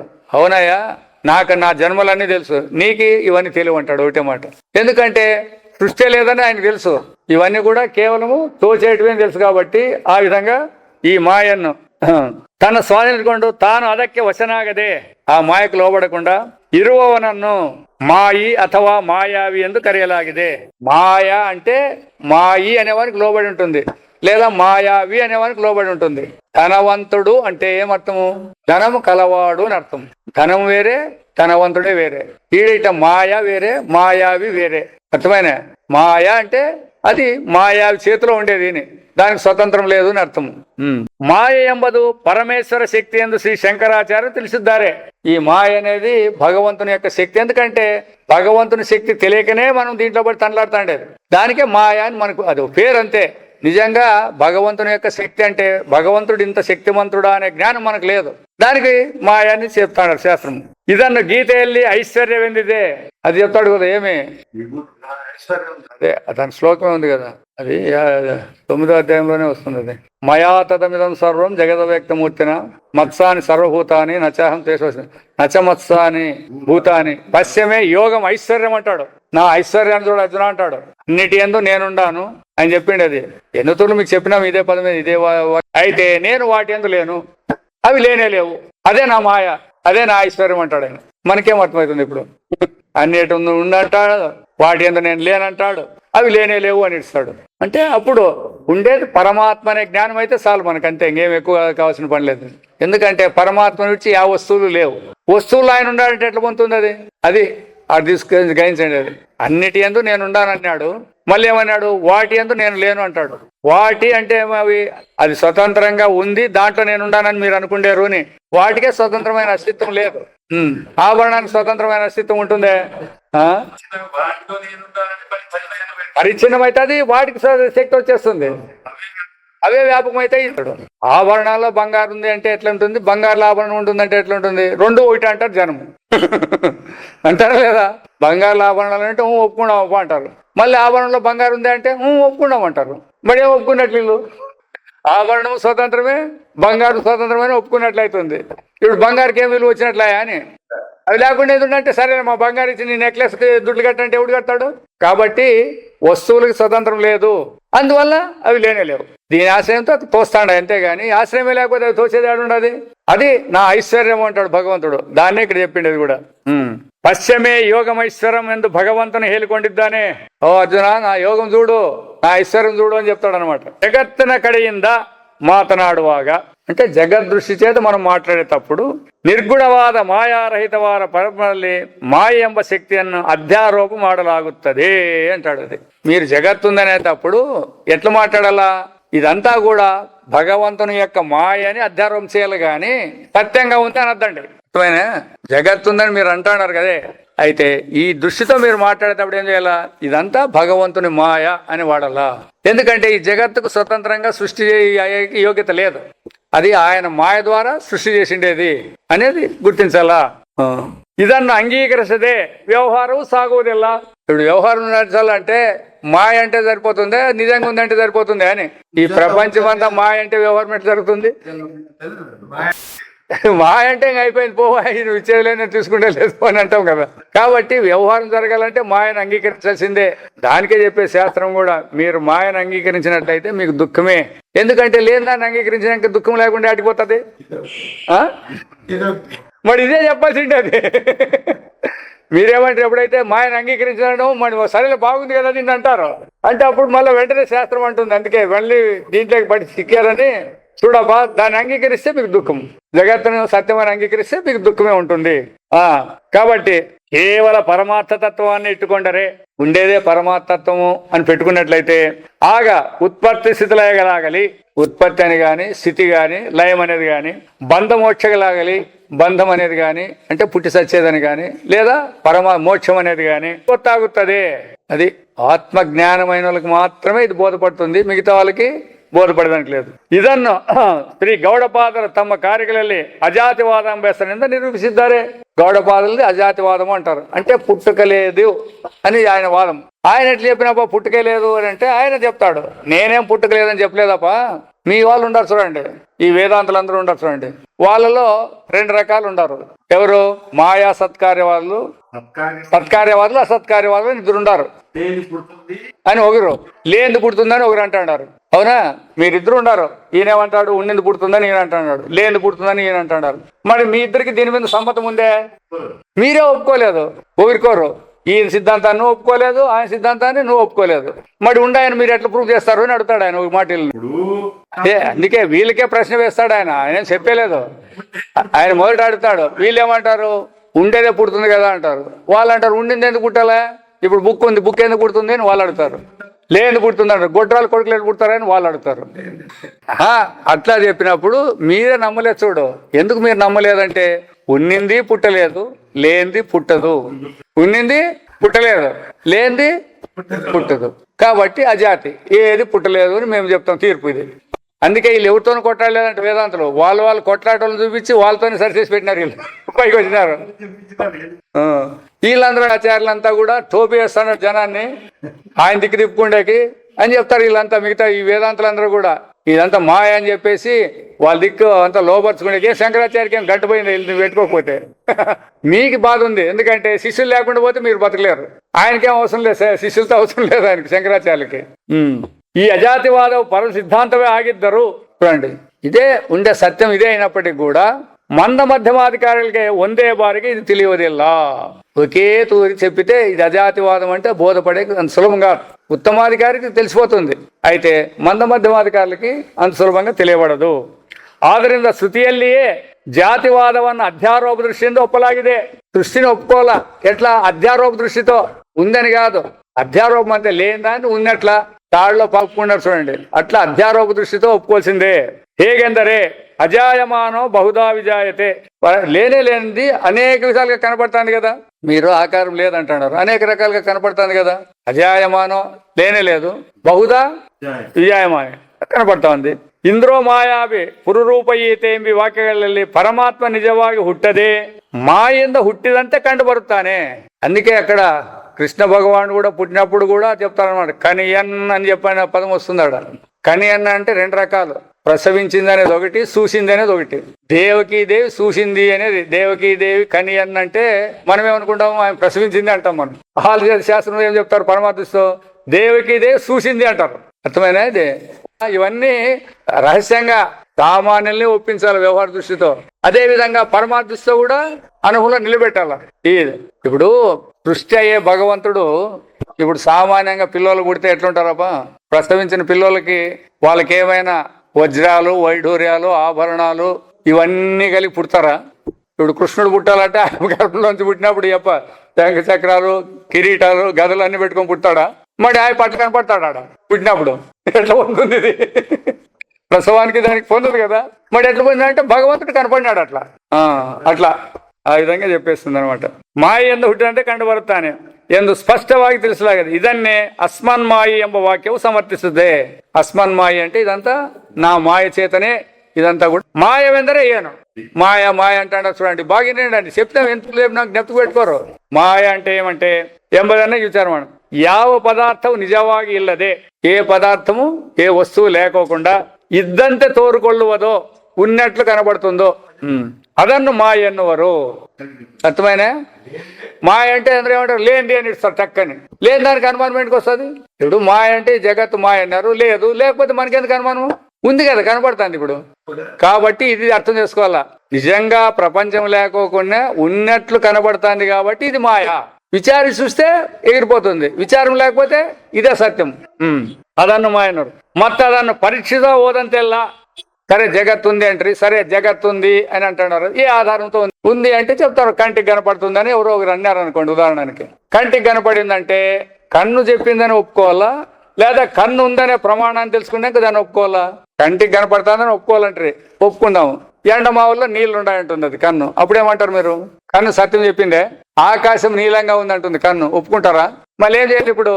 కన్ను అనేది సత్యమా కాదనేది మళ్ళీ నెక్స్ట్ పోలు మీరు. అవునా కదా? కన్ను చెప్పింది నమ్మాలంటే ఈ రూపానికి ప్రమాణం కన్ను ఒప్పుకుంటాం. కన్ను ఉందని ప్రమాణం కావాలి కదా మనకి. ఇప్పుడు ఎట్లా నమ్మేది? దానికి ఒక ప్రమాణం కావాలి మీకు. తర్వాత మనస్సు ఉంటే కన్ను ఉంటుంది అని మళ్ళీ చెప్తుంది. ఆ మనస్సు అన్న ప్రమాణం అంటే మనస్సుకి బుద్ధి ఉంటేనే మనస్సు తెలియబడుతుంది. బుద్ధికి అహంకారం నేననేవాడంటే తెలియబడుతుంది. నేననేవాడు అనేది ఇట్లా పోతుంది. మరి ఉండేది ఏమిటి? ఇప్పుడు మీరు జగత్ అంటున్నారు, మరి అది కనుక తేలిండేది ఏడా? ఇట్లా విచారించినట్లల్లా అంటే ఈ విధంగా విచారం ఉండాలి. దీన్నే అధ్యాత్మ యోగం అంటారు, లేదా నిధిధ్యాసన అంటారు, లేదా ధ్యాన యోగం అంటారు, లేదా మనోనిగ్రహం అంటారు. ఈ 4 పదాలు ఉన్నాయి దీనికి.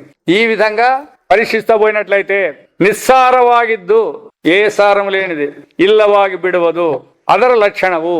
దానికి కనపడకుండా పోతుంది. ఇప్పుడు ప్రపంచం ఆడ కనపడే ఆత్మ తెలిసిపోయా? ఇంక ప్రపంచానికి సారమేడు ఉంది, నిస్సారం. కనపడేది కూడా లేదు. కాబట్టి మాయకి ఈ లక్షణాలు ఉంటాయని విచారించినట్లయితే నిస్సారంగా ఉండాలా, కనపడుకోకుండా పోతుంది. అది దాన్ని మాయ. ఇదే ఎంబ భావన నేను ఉంటు మాడి ఏం చేస్తుంది? మరి అది ఉంది అనే భావన కల్పిస్తుంది. లేకున్నా కూడా ఈ మాయ అనేది ఉన్నట్టు కల్పిస్తుంది. ఉంటు మాడి వెళ్ళి ఇల్లవాగుదే ఇతర వైశిష్య. చూడండి, దీనికి కూడా విశిష్టత ఉందంట. మాయని మీరు సులభంగా చెప్తాడారే పనికిరాందని, దానికి ఒక విశిష్టత ఉంది. ఉన్నట్లు కనబడి విచారం చేస్తే అప్పుడు లాస్ట్ లేకుండా పోతుంది, లేకపోతే ఎప్పుడు ఉంటుంది. అందుకే అజ్ఞానులకి ఎప్పుడు సత్యమే ఇది, జ్ఞానులకు మాత్రము సత్యం కాదు. ఇನ್ನು ಇದು ಹೇಗೆ ಸಂಭವಿಸಬಾರದು, ఇది ఎట్లా సంభవించింది అని తర్కమాడుతా యుక్తిಗಳನ್ನು జోడిసలు ಹೊರటరే. ఈ తర్కాలు అంటే ఏంటివి? తర్కాలు అన్నారు కదా, తర్కాలు అంటే ఏంటివి? ప్రమాణాలుని ఇప్పుడు అంటుంది కదా, రూపం ఉందంటే కన్ను ప్రమాణమో తెలిసింది. తర్కాలు అంటే ఇట్లే ఉంటాయన్నమాట, ప్రమాణాలే. ప్రమాణాలన్నీ కూడా పరమాత్మ నుంచి వచ్చినాయా, ప్రమాణానికి అవతలు ఉన్నాయా? ఇవి ప్రమాణాలు అంటారే మీరు, ఇవన్నీ పరమాత్మకు అవతలు ఉన్నాయా, పరమాత్మ లోపల ఉన్నాయా అని. పరమాత్మ లోపల ఉండే, పరమాత్మ లోపల ఉండేవి పరమాత్మ తెలుసుకుంటే తర్కాలు ప్రమాణాలు ఉపయోగిస్తే ఎట్లా అని. ఈ ప్రమాణాలకు ఆధారం పరమాత్మ, అట్లా అది పరమాత్మ తెలుసుకుంటే దీనిని ఆధారంగా పెట్టుకొని చూసేకపోతే ఎట్లయితుంది మనకి. అందుకే మీరు మనస్సుతో గాని బుద్ధితో గాని ఇంద్రియాలతో పరమాత్మ తెలుసుకుంటే పోద్దండి అని చెప్పిండేది ఇదే. ఇప్పుడు ఉండే వాళ్ళందరూ ఈ తర్కాలు ఉపయోగించే జనాన్ని మోసపోగొట్టాండేది అనమాట. జోడిసే ఆ యుక్తి విరుద్ధವಾಗಿರುವುದೇ ఇద్దరు గుట్టు. ఆ తర్కాన్ని జోడించకపోయినట్లల్లా అది విరుద్ధంగానే తయారవుతుంది. మాయ యొక్క వ్యవహారం ఇది. మాయను తర్కించకపోయినట్లల్లా విరుద్ధంగానే కనపడుతుంది అనమాట. సత్యంగా కనపడేదానికి అధికారం లేదు దానికి. అంతూ మాయను యావనొబ్బను భేదిసలారను ఎన్నబగదు. దీన్ని ఎవడే గాని మాయ అంటే ఇట్లుంటుంది అని మాత్రం చెప్పేకేం చేత కాదు. అదే అందుకే భగవంతుడు నన్ను ఆశ్రయిస్తేనే పోగొడతాను కానీ మీ చేత కాదు, దాన్ని మాయను మీరు ఛేదించలేరు అంటాడు భగవంతుడు. చూస్తాం మాయను ఇట్లుంటుందని, దీన్ని మేము ఛేదిస్తామప్ప అని. మాయను మేము తెలుసుకుంటామని ప్రయత్నం చేస్తారా? ఎట్లుంటుందని అడిగితే ఏం చెప్పేకపోతారు? మాటలు చెప్తారు అంతేగాని దాని అనుభవం చెప్పేకి రాదు కదా. ಹೀಗಿದ್ದರೂ ಇದಕ್ಕೆ ಸ್ವತಂತ್ರವಾದ ಅಸ್ತಿತ್ವವಿಲ್ಲವಾದ್ದರಿಂದ ఇంత మాయను ఛేదించేకి ఏం చేత కాదంటారు కదా. అంటే అప్పుడు దాని శక్తి ఒప్పుకోవాల్సిందే కదా మీరంటే. అట్లేదప్పా, ఆ లేని దానికి ఇది ఇంత శక్తి. సద్వస్తువును ఆశ్రయించుకోండి ఇది తోరుతుంది అంటాడు. మీరు తర్కాలు చేసేకపోతారు కదా, ప్రమాణాలని చెప్పేకపోతారులే. ప్రమాణాన్ని చెప్పాలంటే జ్ఞానాన్ని ఉపయోగిస్తామా, జ్ఞానాన్ని విడిచి ప్రమాణాలను ఉపయోగించకపోతామా? కాబట్టి ఆ తర్కం అనేది కూడా దీన్ని ఆశ్రయించే ఉంటుంది. ఆ మాయ అనేది కూడా పరమాత్మను ఆశ్రయించే ఉండాలి కానీ స్వతంత్రంగా అది ఉండడానికి అధికారం లేదు. హేమది వస్తువు ఇల్లదిద్దరు మనుషుని ఆశ్రయిస్తే తోరుతుందో. నీడ అనే దానికి వస్తువే చెప్పండి చూస్తాము. నీడ అంటారు కదా, ఆ నీడ అనే దానికి ఆశ్రయమే దీని. మనిషి ఇల్లు కూడా ఉంటుంది, అదేం కాదనుకున్నదండి. ఇప్పుడు ఆ గోడ కింద నిలబడతాము, నీడ అంటే అదంటే ఆ గోడే. అంటే నీడకి స్వతంత్రం లేదు, అది గోడనన్నా ఆశ్రయించి ఉంటుంది లేదా మనస్సున మనిషి ఎవరినన్నా ఆశ్రయించి ఉండాలి. నీడ అనేది ఉంటుంది అంతే, అదేం వస్తువు కాదు. ఆ విధంగా ಹೇಗೆ ನೆರಳು ಎಂಬುದು ವಸ್ತುವು ಇಲ್ಲದಿದ್ದರೂ మనుషులను ఆశ్రయిసే తోరుతుంది, హాగే ఇది ఎందుకు తెలియಬೇಕು అಷ್ಟೇ. కాబట్టి ఇది ఎట్లా కనపడుతుందప్ప అంటే వస్తువేం కాదు. అయితే నీడ కూడా వస్తువు కాదు. అయితే నీ ఆశ్రయించి అది కనపడుతుంది కదా, అట్లా పరమాత్మను ఆశ్రయించి కనపడేదే కానీ స్వతంత్రమైంది కాదు. ಮತ್ತು మనిషినికి అధీనవాద నెరలు అవును నింతరే తాను నిలుస్తుంది. పోతా ఉంటుంది అనుకో, పోలు కదా, నీడు పోతుంది. ఏమి వీడు నిలబడుతుంది, పోతే మరి ఇప్పుడు ఎవరి ఆధీనంలో ఉంది అది.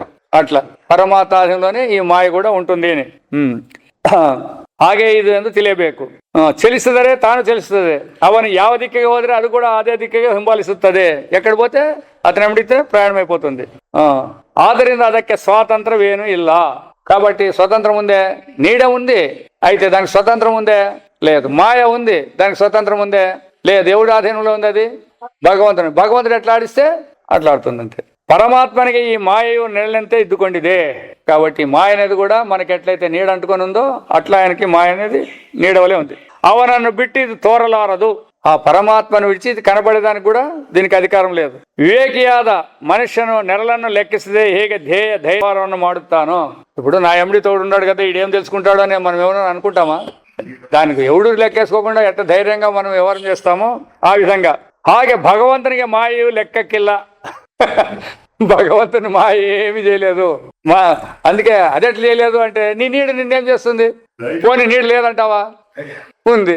మరి ఏమి ఉందన్నప్పుడు మరి స్వతంత్రంగా ఉందే. ఇట్లా ఆ విధంగా విచారణ చేస్తే దీనికి కూడా అంతే. అవను ಅದಕ್ಕೆ ಹೆದರಬೇಕಾದದ್ದು ಇಲ್ಲ. మనం ఎదుపడాల, మాయకు మనం ఎదుపడతాం. భగవంతుడు ఎందుకు ఎదుపడతాడు? ఈ ప్రపంచాన్ని చూసి భయపడతాడేమి? భయపడేది లేదు. అల్లదే అంతేకాకుండా సమయానుసార అదన్నే నెపమాగి మాడుకోండు తన లీలలను ప్రకటిస్తానే. ఆయన యొక్క లీలలు చూపించాలంటే కూడా ఈ మాయనే ఆశ్రయించుకొని చూపించేదన్నీ. కృష్ణలీలలు అంటారు కదా, కృష్ణలీలన్నీ కూడా మరి దేన్ని ఆశ్రయించుకొని చూపిస్తాడు? ఆయన చేసుకొని చూపించాల అంటే మాయను ఆధారం చేసుకొని చూపిస్తా ఉంటాడు. అవనిగు మాయకు లవలేసవు సంబంధం ఇల్ల. చూడండి ఎట్లా ఉంటాయంటే ఇవన్నీ పదాలు. యాదన్న ఒకటి చెప్పండి అప్ప, అన్నిట్లు చెప్తే ఎట్లా? వాళ్ళ నందాలు అట్లా మీరు ఇట్లా అవుతుడు చెప్తారు, ఇట్లా అవుతుడు చెప్తారు అప్ప. ఎట్లంటే మాకు అర్థమైంది. ఉంది అంటే ఉంది అని పేరుగా అడిగితే లేదని ప్రూవ్ చేస్తారు, లేదని ప్రూవ్ చేస్తే మళ్ళీ ఉందని ప్రూవ్ చేస్తారు. ఎట్లా మేము చెప్పాలా అని వాళ్ళు అడిగిండేది. అంత బిర్యానీ రాదమ్మా, బాగా నిదానంగా వినండి. ఎందుకంటే ఒకే తూరే ఊరికి వచ్చేది కాదు. ఇది కొంచెం గ్రహణించిన చేసిన తర్వాత విన్న తర్వాత గ్రహించే మీకు శక్తి వస్తుంది. ఇవి రెండు ఉండాలంటే లేవని తెలుసుకునేది ప్రధానం అంతే. ఓ తూరు ఉందన్నప్పుడు బెదరగొడతారు, లేదన్నప్పుడు బెదరగొడతారు. అంటే లేనివి అవి ఉన్నట్లు కనపడేటివి. ఏకెందరే అది వస్తువే అల్లా. ఏదైనా కానీ దీనికి సంబంధం ఉండాలని ఇది వస్తువు సంబంధం ఉంటుంది తప్ప వస్తువే కాదు మనం ఇప్పుడు ఇంಥ మాయ మూలకవే భగవంతుని జగత్ కారణమనిసిద్దానే. ఇటువంటి మాయ ద్వారా భగవంతుడు జగత్తును సృష్టించినాడు, జగత్తు కారణం అన్నారు. చూడండి, నిజంగా జరిగింది ఇక్కడ వ్యవహారం అంటే వ్యవహారమే జరగలేదు. ఈ మాయకింత మిగిలాದ భగవంతను, ఈ మాయ కంటే అతీతమైనటువంటి భగవంతుడు ಇದನ್ನು ಜಗತ್ತಿನ ಕಡೆಗೆ ಒತ್ತರಿಸಿ ತಾನು ನಿತ್ಯ ಶುದ್ಧ ಬುದ್ಧ ಮುಕ್ತ ಸ್ವಭಾವನು ಅಕರ್ತೃತ್ವವು ಅಭೋಕ್ತೃತ್ವವು ಕೂಟಸ್ಥ ನಿತ್ಯ ಚೈತನ್ಯ ಸ್ವಭಾವನು ಆಗಿದ್ದುಕೊಂಡಿರ್ತಾನೆ. దీన్నంతా ఉదిక్కు పక్కకి తోసిపెట్టేసినట్టు, ప్రపంచాన్ని తోసిపెట్టి దాని యొక్క లవలేశమైనటువంటి అంటు కూడా ఆయనకు లేకుండా నిత్య శుద్ధ బుద్ధ ముక్త స్వరూపుడు, ఎప్పుడూ శుద్ధంగా జ్ఞాన స్వరూపంగా ఆనంద స్వరూపంగా కూటస్థ నిత్య చైతన్య స్వభావుడు అంటే చలనము అక్కడెక్కడ తిరిగేది లేకోకుండా. తర్వాత భోక్తృ అంటే దీన్ని అనుభవిస్తాడంటాం. చూడండి, ఆ మాయ ద్వారా అనుభవిస్తాడని చెప్తాం అంతేగాని నిజంగా అనుభవించేది కూడా లేదు. కర్తృత్వం కూడా లేదు. భగవంతుననే అర్థవరకే ఈ మాయ కాటు విరోధిల్లా. కాబట్టి ఆత్మ జ్ఞానానికి అనుకుంటే ఈ మాయ సమాచారమే లేదు. ఏమి భగవంతుడే అంతటా ఉన్నాడు, భగవంతుని విడిచి ఏదీ లేదు, ఆ పరమాత్మ స్వరూపమే నేనని తెలుసుకుంటే ఈ జగత్తు మాయ మిమ్మల్ని ఏం చేస్తుంది జగత్తు మాయ? ఈ దేహం అనేది నిన్నేం చేస్తుంది? ఇప్పుడు దేహం నేననుకుంటే జగత్తు కనపడుతుంది, ఇంకా అవన్నీ కనపడతాయి. అట్లా కాకుండా పరమాత్మ స్వరూపుడే నేను అన్నప్పుడు ఈ దేహం కానీ దేహానికి సంబంధించిన జగత్తు కానీ, దేహం అన్న ఒకటే జగత్ అన్న ఒకటే. ఈ దేహం ఉంటేనే జగత్తు కనపడేది, దేహం లేకపోతే జగత్ ఏం కనపడలేదు. చాలా మంది జగత్ అంతా ఉందంటారు, జగత్ ఏం లేదు, నువ్వు ఉంటే చాలు అదే ఉంటుంది. నువ్వు లేవు, అది చూపించండి, జగత్తును చూపించండి. అందుకే దేహ భ్రాంతి విడిపిస్తే జగత్ భ్రాంతి కూడా పోతుంది అని శాస్త్రం చెప్తుంది. భ్రాంతిని పోగొట్టుకుంటే దేహం పెట్టుకుని ప్రయత్నం చేస్తున్నాం. ఈ దేహమే ఉండాలా, ఈ జగత్ అంతా భ్రాంతి అనేది మాకు అర్థం కావాలంటారు. ఎట్లా అర్థమవుతుంది మీకు? ఈ దేహమే కాదంటే అది ఆటోమేటిక్గా ఎగిరిపోతుంది. దీనికే కదా కనపడుతుంది. అది మెలకు వచ్చినాక మీకు జగత్తు కనపడుతుంది, కానీ నిద్రలో కనపడిందే, మరి మెలకు పోయింది, జగత్తు ఉందే. కాబట్టి మరి ఆధారం ఏమి? దీనికే కదా ఇదంతా ఆ విధంగా. కాబట్టి ఈగిద్దరు భగవంతుని ఏకై మాయన్న హరి జనరను ఈ పీడిస్తానేందుకు ఎవరు కేలుతారే. భగవంతుడు మరి ఇట్లుండుకొని అంతమందిని కూడా ఎందుకు ఈ విధంగా మాయతో మమ్మల్ని అందరినీ పీడిస్తారు అంటే దానికి సమాధానం చెప్తుంది. శంకరెడ్డి ఉండడానికి మర్చిపోయి నేను మామూలు వాళ్ళ కింద కొట్టిపారేస్తాడు, మీరు అట్లా మూని ఊకొడుతున్నారు. ఆయన చెప్పే కొద్దా బాగున్ని బాగలేకున్ని. ఓం అసతోమా సద్గమయ తమసోమా జ్యోతిర్గమయ మృతంగమయ. ఓం సహనావతు సహనౌ భునక్తు సహ వీర్యం కరవావహై తేజస్వినావధీతమస్తు మా విద్విషావహై. ఓం పూర్ణమిదం పూర్ణాత్ పూర్ణముదచ్యతే పూర్ణస్య పూర్ణమాదాయ పూర్ణమేవావశిష్యతే. ఓం శాంతి శాంతి శాంతి.